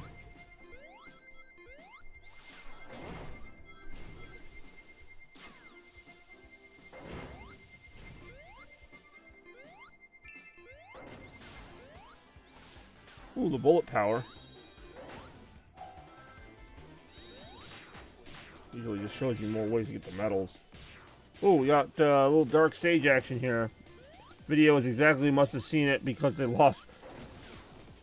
Yeah, I mean, I'm not the kind that's going to really go nuts about losses in the first, like, 10 games of the season or whatever in a long baseball season. I guess rude Squanto noises. But, yeah, I mean, actually, they played better than I expected them to. Even though they lost 2 of the 3 games, they, you know, the pitching has been really good, even by Pivetta and Cutter Crawford. I'm just not... I just don't care. Like, that's the whole thing. They could win 10 in a row, and I just wouldn't care. Like, it's not a matter of, like, oh, I think they're going to suck or I think they're going to be great. Like, I just don't, like, care. Like, they just put, like, barely any effort into the offseason, so I'm not, like... If they do well, it'll be a fluke. If they do bad, it'll be because they didn't do anything to make the team better. Like, there's really no scenario where I'm going to be, like, really blown away by anything they do. Like, that's just the truth. Like, I think they've played well enough to win all 3 games. I think, you know, they could have lost all 3 games. Like, it's whatever. Like, I really am not that invested in them. They can win today. I don't care. I really don't. Like, that's just, I stand by that. And I'll stand by that if it's like, you know, the All-Star break and they're 10 games up in the division. I'm still not going to be all that excited because it's like, hey, you guys did jack shit to improve the team. And I know that if they're in a good position to contend, they're not going to do anything at the trade deadline. So why do I, until I see them start to actually care to put a good team together, I'm not going to care to watch the team. Like, they could still do well. Who knows? Who the hell knows? I've seen a lot of teams in a lot of sports, not just baseball, where, you know, everybody expects them to finish, like, middle or last place, and they do a little bit better. That's fine. It's whatever. I mean, I'm still, like, a Red Sox fan. Like, if they win, that's good, but I'm not, like, super excited about it. Pretty much. Yeah, no. The win World Series, yeah. I mean, with this team, yeah.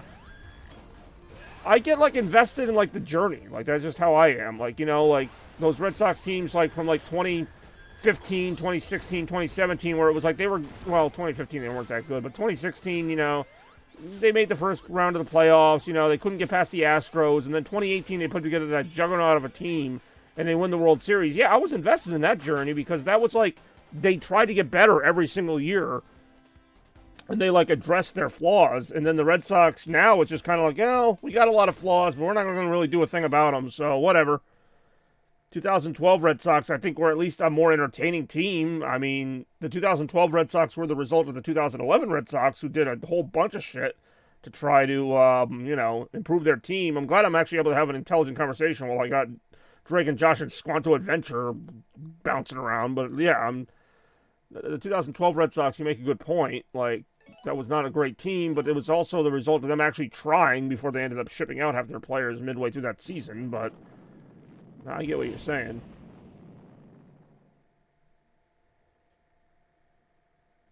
You know, losing before we win. That was also a different kind of situation, though. Like, I think you're thinking of, like, when you say we do losing to win, that's more of like a rebuild model. That's like what the Houston Astros did, and to a degree, it's, kind of what the Royals did. I mean, I know the Royals won the World Series in 2015. I don't know, like, how devoted they were to developing those prospects, but you can do that. Like, that's not a strategy I necessarily mock. I just don't think the 2012 Red Sox begetting the 2013 Red Sox was an example of that. I think, you know, they had a couple good prospects in 2013, but that's not really what happened. They just, you know, their leaders like David Ortiz and Pedroia just kind of stepped up that year, and you had, like, some decent players being brought in, like Mike Napoli and Shane Victorino. Like, that's how you can build a winning team. I'm not saying you're going to win the World Series every time, but you can build a winning team doing that. You don't have to get the number 1 and 2 free, you know, all-star free agents. I'm, like, completely losing this right now because I'm not paying attention to the game, but yeah, I'm just going to let them, I'm just going to die here. Hey, when teams get super far and then just stop trying. It's like, this is the, I mean, how often does that happen? I mean, there are teams that have made it to the World Series to flame out, like the 2015 Mets, who lost to the Royals in like 5 games, but that's not because they didn't try. The Royals just had a better team, and the Mets, there were a couple of good games in that series. They just couldn't get over the hump. I will say, speaking of the 2015 Mets, like Matt Harvey pretty much was never the same after that series. Like, that was like, I don't know whether it was meant to be or not. Like, that was a big series for him, and he just kind of really shit the bed in that Game 5, and since then, he sucked with the Mets. He bounced around to a few different teams. I mean, Matt Harvey was like one of the best pitchers in baseball. It's hard to remember now, but the Mets had one of the best pitching staffs maybe ever with him and DeGrom and whoever else they had. It's just like all those guys are either on other teams or they just suck. Squanto World Series. All right, I got to really start trying now because I'm not paying attention right now. I'm talking about baseball, which is something that I can very easily talk about, but this is a level that this level's not a pushover, so I gotta kind of watch what I'm doing here. Press Factory Act 2 here on Easter 2024. So yeah, the Red Sox start trying, I'll start caring. That's all there is to say about that.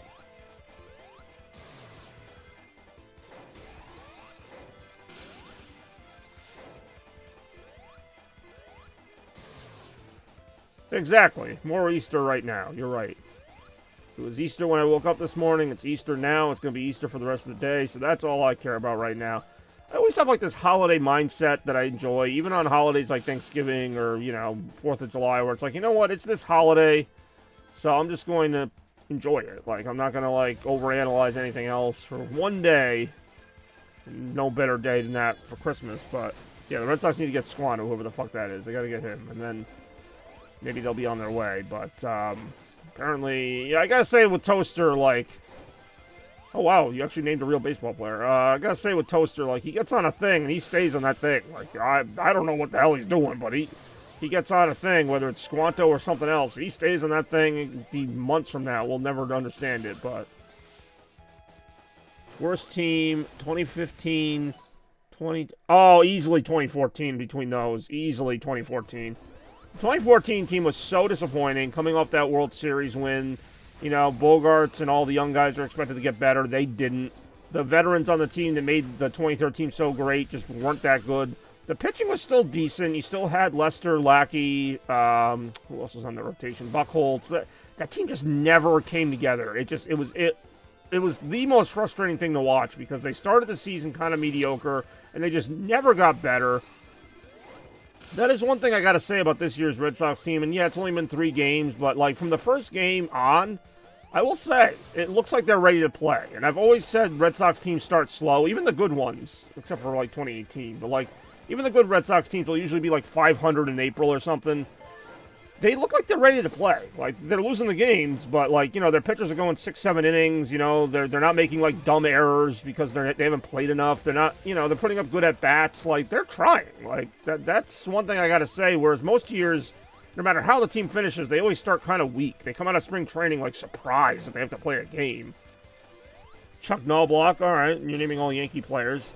The 2020 Red Sox, I don't even really count the 2020 Red Sox. Like, yeah, I know they won like 20 games or whatever out of 60. Like, that was like that COVID year. Like, I don't even really think about the Dodgers who won the World Series that year. Like, I have no knowledge of the 2020 season, even though I watched a good chunk of it. Like, yeah, the 2020 Red Sox didn't have a good record. I don't think they were as bad as people say. Like, I mean, it was a 60-game sample size. How many teams have gone 20-40 in a 60-game sample size and made the playoffs? It's happened more often than you think. Even the Dodgers, when they had, before they had their super teams, but they still had decent teams, even the Dodgers would, they'd be like 20-30 or something after, why did I activate that Emerald Power? I'm really not paying attention right now. Like, the Athletics used to be famous for that, the Oakland A's. They would have like a slow start to the season, go 20-30, and then they would end up making the playoffs with like 90 wins. So, I mean, yeah, in 60 games, the Red Sox won like 20 games in 2020, and because they only played 60 games, they were like in last place. Big deal. Oh my God, that was so bad. I mean, I'm not even a huge hockey fan, but the Bruins had like literally, not just like the best team for that year, one of the best teams of all time. Maybe the best team of all time in terms of their win-loss record, whatever points they go by in the NHL. And like, not only did they not win the Stanley Cup, which I know a lot of people say, if you don't win the championship, it's like a failure of a season. I don't necessarily believe that. But it's absolutely a failure of a season if you don't even get out of the first round of the playoffs. Like, there have been a lot worse Bruins teams that have gone further that, you know, had no business being in, like, the conference finals and still made it. And that team couldn't beat, what was it, the Florida Panthers or whatever in the first round. Like, I think the Panthers ended up going to the Cup final, or maybe not, but they ended up going pretty far. See, the problem is with the Celtics, I think what's going to happen, I don't know why I have this guess. I think the Celtics are going to do what the Celtics do, which is they're going to make it to the Eastern Conference Finals, and I think they're actually going to win. But what's going to happen is, because everybody thinks they're going to lose to the, or maybe not lose, but have a good series, but ultimately come up short. Everybody thinks it's going to be the Denver Nuggets. Everyone thinks the Denver Nuggets are the team that could beat the Celtics, and I agree with that. The Nuggets are a very good team. They could beat the Celtics. But here's what I think is going to happen, because it's the NBA playoffs and weird stuff like this happens. The Dallas Mavericks or the OKC Thunder are going to make the NBA Finals. I'm calling it now. It's going to be a team we don't expect. So the Celtics are going to go into a series against, like, Dallas, and it's going to be like, oh, yeah, the Celtics are going to roll through Dallas, and they'll lose in, like, 6 games. That, for whatever reason, that is the most Celtics thing I could see happening, is they finally get over that hump, and they're, you know, the favorites in the finals. They're no longer, you know, oh, you know, nice team made the finals. They're going up against, like, I don't know, the Thunder or the Timberwolves, you know, name your team. And they'll lose because they're expected to win. I don't know why. I hope I'm wrong, but I just see that happening. It would be the most Celtics thing ever to have the finals basically gift-wrapped, and they still find a way to blow it. The Nuggets did win last year. The Nuggets are a good team. That's why it would make sense if the Nuggets won this year, which is why it won't happen. It could happen. I don't know. I wouldn't, you know, I still want the Celtics to win a championship, but if they lost to the Nuggets in like a 7-game series, like, I can't get that mad about it. I mean, I'm still mad about last year, to be perfectly honest with you. They had no business losing to the Heat in that conference final, but did you get a Nugget? No. Why the hell would I get a Nuggets hat? I have a Celtics hat, but I'm not wearing it until they win a championship, and that, I have stuck by that. Sure, someone since my, hey, yo. The Spurs. I think the Spurs will be good in a couple of years. Right now, they're in a rebuilding phase.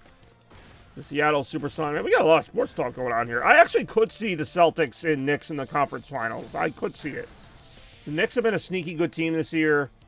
They actually play the Celtics pretty tough. I still think the Celtics would win that series, but no, that would be an interesting series. Actually, I would prefer that to the Heat. I'm so tired of the Miami Heat. It's like they play them like every other year.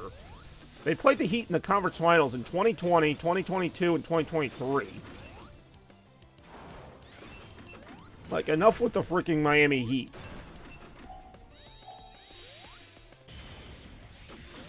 I'm not a secret. I mean, I don't have anything against the Knicks. Like, the Celtics, you know, for as long as I've watched them, they've really only been championship contenders in the last 4 or 5 years. And then before that, they had Kevin Garnett and Paul Pierce, but that was like, what, 10, 15 years ago now? So, like, I'm not really used to being in a position where the Knicks or the Celtics are, like, the favorites to win it all. So, in the years where they're not, you know, I've had no problem rooting for the Warriors, rooting for other people. Heat fans are bandwagon. I mean, they were very much in that era. But, I mean, to be fair, the Heat don't have LeBron anymore. In fact, the Heat would actually be a team I would root for if they didn't keep getting in the way of the Celtics. Because the Heat have a team that, you know, they're built with, like, one star player and Jimmy Butler. You know, they have a couple other good players, but they're actually a team that's fun to root for because they're not a super team, the Miami Heat. The Miami Heat actually make the most out of what they have, which is what I wish the Celtics would do, because the Celtics have a lot more. That's what made last year's series so frustrating, is that it's like, okay, the Celtics are the big team here. They should win, and yet the Heat somehow won that. Well, somehow. They were up 3 games to none. Celtics make Boston proud. Red Sox, that's actually not bad, although I don't think the Celtics really make Boston proud. Like, they make you proud until, like, the last possible moment, and then they remind you that, oh, yeah, this team hasn't won a championship since 2008.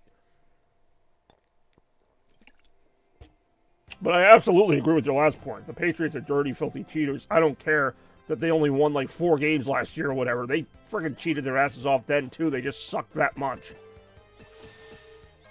I mean, I do hate the Patriots, and I will always hate the Patriots. People are like, oh, but Tom Brady's gone. I'm like, I don't care. I still hate him. Oh, but Bill Belichick's gone. I don't care. I still hate him. Glad they fired that loser, but I still hate him. More hatred, right?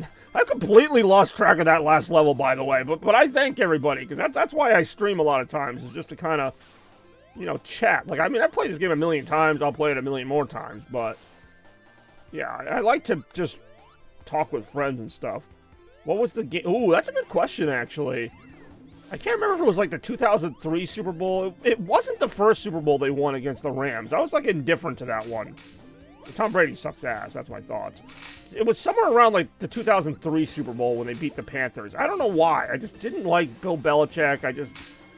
And the more these things went on and all the allegations came out about them, like, you know, with the Spygate and all that, I'm just like, okay, so not only are these guys, like, annoying as hell, but they are also, like, cheating to win and acting like they accomplished something. Couple that with their fans, who are easily some of the most obnoxious fans in all of sports, although you don't hear them talking that much now, do you? But anyway. Yeah, just a lot of reasons to hate the Patriots. It's got to be like 20 years or so now that I've been hating them. It's a long hatred, which is good. You know, I like a good long hatred. Something you can really sink your teeth into. Love watching them lose and crap their pants. It's amazing. I really should, but I don't. I really don't. And like I said, at best I was neutral on them in the beginning, and then it just became like, holy crap, why don't you like people lose? And also stop cheating, and they're never going to, so there you go.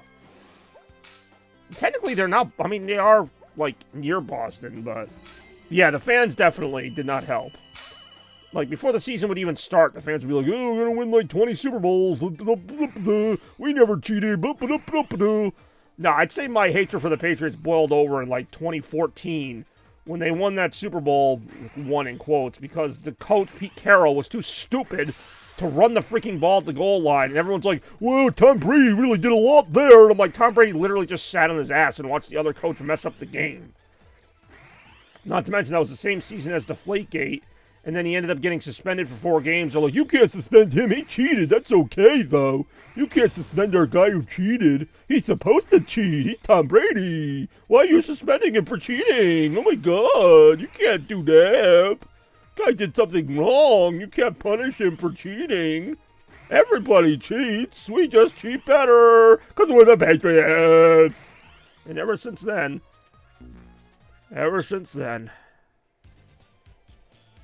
Yeah, Tom Brady did nothing. I'm sorry. Tom Brady did nothing. He sat there on the sidelines while Malcolm Butler intercepted a football that never should have been thrown because Pete Carroll should have made the right play call there. Tom Brady, as far as I could tell, does not play defense for the Patriots, so therefore, he did nothing. I mean, that's not true. He probably helped them cheat, but before that. I do enjoy some good Patriots hatred. Or Hatriots.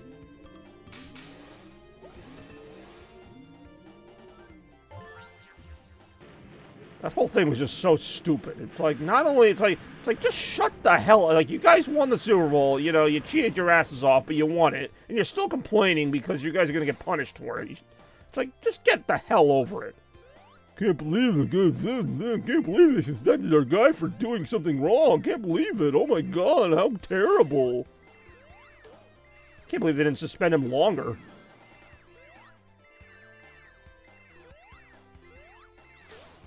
I was going to say, I can't believe I didn't die there, but I did. Damn Patriots, most... I mean, alright. I mean, that is a heartwarming thought that in 20 years I'll still hate the Patriots. Like I said, when you have a good hatred like that, you really do want to just stick with it. I mean, alright. I wouldn't make that comparison, but why not?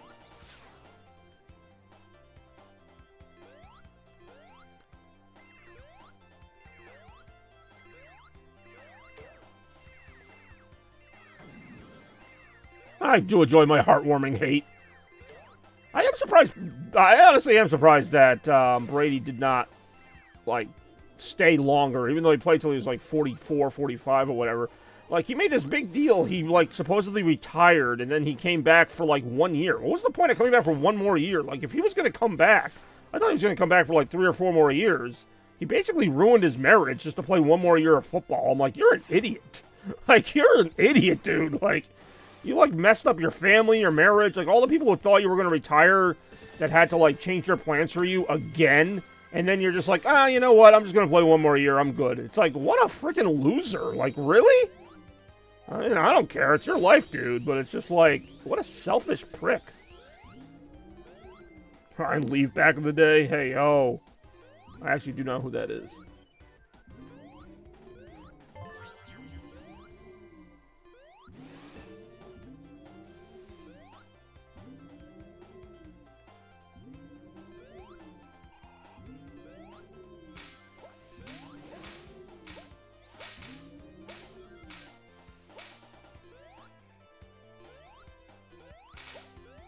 Patriots are... The Red Sox owners aren't cheaters. They just aren't that good at their job, but... Like, even when they won, I never really felt like they did a lot. Well, yeah, they cheat the fan. That's what I mean. Like, their last World Series was Dave Dombrowski, who's the GM. Like, I feel like he really pushed, like, the buttons to make that team go. And ownership really could care less if they had the great pitching staff they had those years, but... Like, I don't know, like 2004, they inherited a really good team. I'm not saying they didn't do anything. Like, they got, you know, Kurt Schilling, Keith Folk, but 2007, kind of the same thing. A few good prospects came up at the right time. Like, everything went right for that team. 2013, they did, I mean, they had good, like, foundations for teams, and they just kind of plugged a few good players in. Like, 2021 was definitely lucky as hell.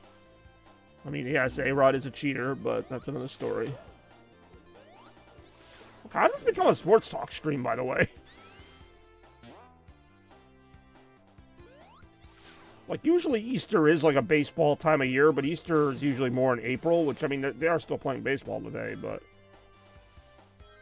I've actually never really accused the Yankees of cheating. I mean, I don't like them, but... If anything, the Astros cheated, and I'll admit that. I really don't like the Astros, but... I just don't like the Yankees. It's possible for me to not like a team and still not think they cheated. There's plenty of teams I hate across a multitude of sports that I don't think cheated. I don't like them, but I have to admit when they're good. So it's not quite as nuanced, or not as simple as that, I should say. Yeah, I mean, they're not... I mean, the Yankees, there's a reason I hate them. Like, they're not an easy team to root for. Like, they are kind of just like... I mean, the Dodgers are kind of becoming like the Yankees now. I mean, even more so. Although, I'm indifferent to the Dodgers. I'm very inconsistent in that way. Plenty of hate to go around. Exactly, Turtle. That is probably the best point I've heard all day. Or all stream, even. Yeah, exactly. It's not just hating one team or another. Like, this hate, I can hate this team. I can hate teams on the East Coast, West Coast, Middle Coast, whatever. Hatred for all. That's the way it should be, you know? You turn on a sports game and you just root against them. No, see, the Dodgers, like I literally just said I don't care about the Dodgers. Like, there's plenty of teams that I'm, like, perfectly indifferent towards. Hate more Tom Brady. Absolutely. Although I don't like Bill Belichick. He's not likable at all. He's a fucking scum of a human being. He's overrated coach, by the way. Again, just like Brady, didn't do a goddamn thing. Just kind of sits there and gets all the credit. And is not humble about it, by the way, or anything. Like, he just treats everyone like dirt, and everyone's like, oh, boy, Bill Belichick's so great, oh my god. And it's like, okay, then. Anyway, let's check out Golden Capital Act 2. Kind of winding down here on this Easter Sunday. Bill Belichick managing the Red Sox. I don't know what to say to that, because one thing, he barely knows football, so I don't know how he would do with baseball. It would be a very boring, baseball season. At least I can say Alex Cora gives good post-game interviews, whether they win or lose. I usually don't watch post-game interviews anyway, because, like, what are they going to say? It's always the same thing. Oh, we didn't do enough to win, or, like, oh, we put a good game together. Like, there's never, like, an interesting point. So in that regard, I can't really say Belichick had much else to say. Like, yeah, your team won or lost the game. What else can you really say? Like, Bobby V. Oh, I love Bobby. You already know how I feel about Bobby Valentine.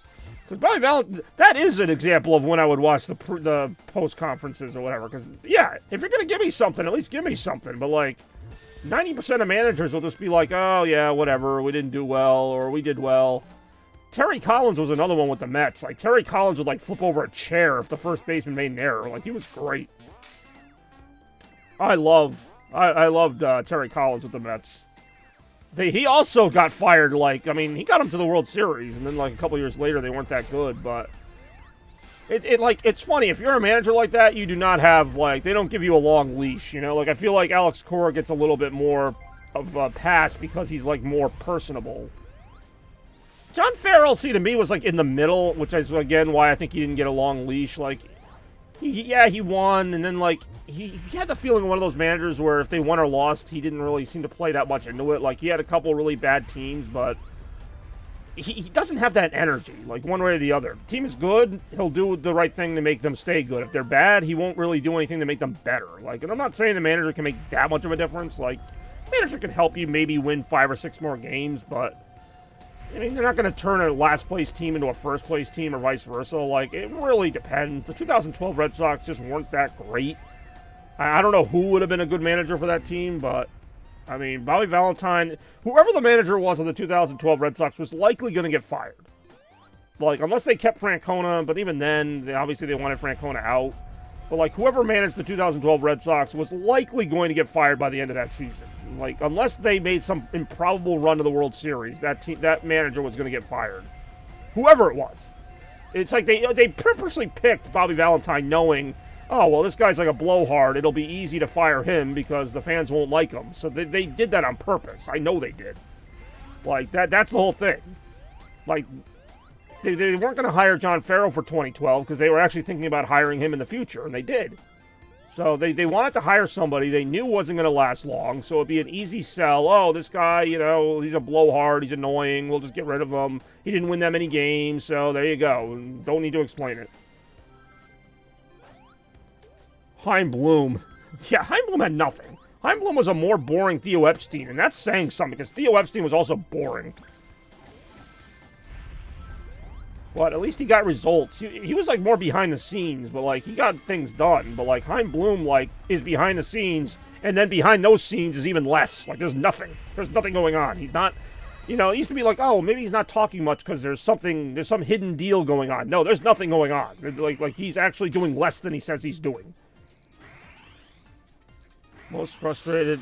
Honestly, I would love to say this offseason with the Red Sox, but it was probably the last offseason, like 2022, 2023. Like, usually the Red Sox have a pattern of having like 1 or 2 bad seasons, and then they just go all out and pull like a Dodgers where they spend on everybody. But, like, I feel like they've had like 3 bad seasons in a row now, or 2 bad seasons in a row, and they're just doing nothing about it. They're like, well, good enough. It's like, but it's not good enough. And I'm not saying I necessarily want them to do what Dodgers and go like $500 million contracts, but like do something. Like, God's sake, don't. Like I said in my rant, why even sign Lucas Giolito? Like, what was the point of that? Why not just sign nobody? Like, if you're gonna sign nobody, sign nobody. Don't sign one person just to make us think you're gonna sign more people. Sign nobody. Just literally just give up. Like, why even put in 10% effort? Just be like, you know what? No one. I want to see that. I want them to just sit on it and just get nobody. Because by getting one person, they made me think they were going for like a pitching staff. Like get, you know, Blake Snell, Jordan Montgomery. Nope, that was it. It was Lucas Giolito, and he got hurt in spring training, and they still had a chance at Montgomery, and they're still like, whatever. Like, you know, like I said, the other extreme is spending like $800 million on the team, and then you get like the 2011 Red Sox, which, I mean, I don't think that didn't work out because they spent a lot. It just didn't work out. God damn it again. I'm doing really bad right now because I'm not paying attention to the game. The team sucks. Basically, I mean, if this team doesn't do well, if this team has the same, 75 wins as the last 2 teams, like, well, what the hell did you expect? Like, in that regard, I will be critical. Like, I know I said I didn't care, but, like, I will. If they have, like, the same record and everyone's sitting here going, gee, how'd this happen? Like, yeah, I will make a point to say, hey, whatever. Like, you made your bed, now lay in it. Like, literally. Like, you can't just keep throwing the same thing against the wall and hoping it gets better. Like, that's just dumb. That's dumb. Forget about, like, just bad. It's dumb. Bad is, like, signing too many players or signing players with, like, a high risk. Dumb is just doing nothing and just expecting that, like, you're going to get better somehow. Which, knowing my luck, they will get better somehow, and then management will be like, see, we didn't have to do anything.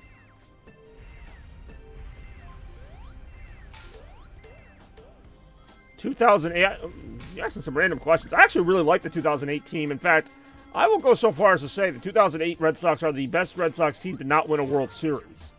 Because the 2008 Red Sox actually won more games than the 2007 Red Sox. They were within a game of the World Series. They lost in Game 7 at Tampa Bay in the ALCS that year. That was a great team. They had Papelbon and I forget who the other guy is. They had a really good back end of that bullpen. They had Pedroia, had like one of his best seasons. Ortiz was really good. I mean, that was a really good team.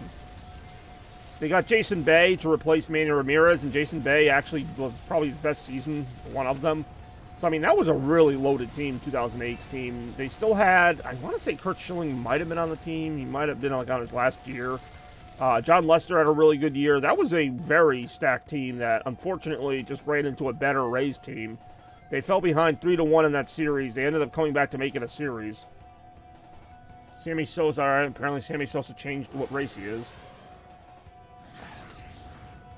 I'm not going to be able to fight this boss while also talking about baseball. 2009 or 2010? 2009. 2010 Red Sox weren't bad. Like, they missed the playoffs, but I think they won like 88 games or something like that. But that's what I mean, though, about Red Sox ownership, like, overreacting. Like, the 2009 team also wasn't bad. They lost in the first round of the playoffs, but ownership still did more to add to the team. And then 2010, they missed the playoffs. So, like, okay, let's get everybody. That was the famous 2011, I don't want to say rebuild, but, like, you know, they're kind of like, all right, let's get every star player we can. And that's what they did. So, yeah, no, the 2009 team, I think, was a better team. I think the 2010 team maybe had a little more potential and just kind of fell short of it. I don't know. I mean, you're talking about teams that both either lost in the first round or didn't make the playoffs, so it's kind of hard to compare them. But as somebody who's, you know, watched pretty much every Red Sox season since 2003, I do remember some of these teams better than others, and, you know, I don't ultimately only hold them to the final result. Like, I've seen teams that lose in the first round where I'm like, okay, that team really shouldn't have even been there. Like the 2005 Red Sox, I don't think were that great a team, but they made it to the first round and lost. And then I've seen other teams where they made it to the first round, and I'm like, oh, they actually probably should have gone a little further. 2003 Red Sox, I mean, you already know how that story ended. That was like my first year of really watching them full time, and that was just a heartbreak. I mean, really talented team. Could have won the World Series, obviously. You make it that far. It's not a stretch to say you could have won the World Series, but lost in Game 7 to the Yankees. But then they came back the next year, and we all know what they did. You suck, just take more threes. I will say, they've gotten a little bit away from taking the threes, and I'm not anti-3-point shot. Like, I don't think the 3-point shot is that bad. Like, I'm not like, oh, you know, can't take any 3-point shots. Like, it's like a strategic thing, though. Like, there have been so many times the Celtics are down by, like, 2, and it's like they go for a 3 that's unnecessary. It's like, I get it, you know, sometimes a 3 can be open. It's a good risk to take, but, like, in certain shots, I'm like, just have, like, Kristaps Porzingis, like, throw it in. And I will say getting Porzingis has helped their 3 game because Porzingis can make 3s, but he can also get inside and just take regular shots. Celtics really haven't had a player like that in a while. I think that's part of the reason why they always took 3s is because they never really had a big man who could get in there and, you know, do dunks and stuff like that. Like, I know Jaylen Brown can dunk, Tatum can dunk, but generally the Celtics rely on 3-point shooting because I don't think they have as much inside presence. Hold on, I gotta pause them if I'm gonna have the... because it's hard to read the chat and also fight the boss here. To fool the defense. Bazinga, Tom Brady was 8 Super Bowls, and your team has none. Tom Brady technically has 7 Super Bowls, 6 with the Patriots. He was accidentally rooting for the White Sox. Alright, so I didn't really miss much here in this chat. Sorry, it's just a really long boss fight. I really don't want to lose it now because I'm close to the end of it. Fuck. Oh, God, that was close. Alright, here we go.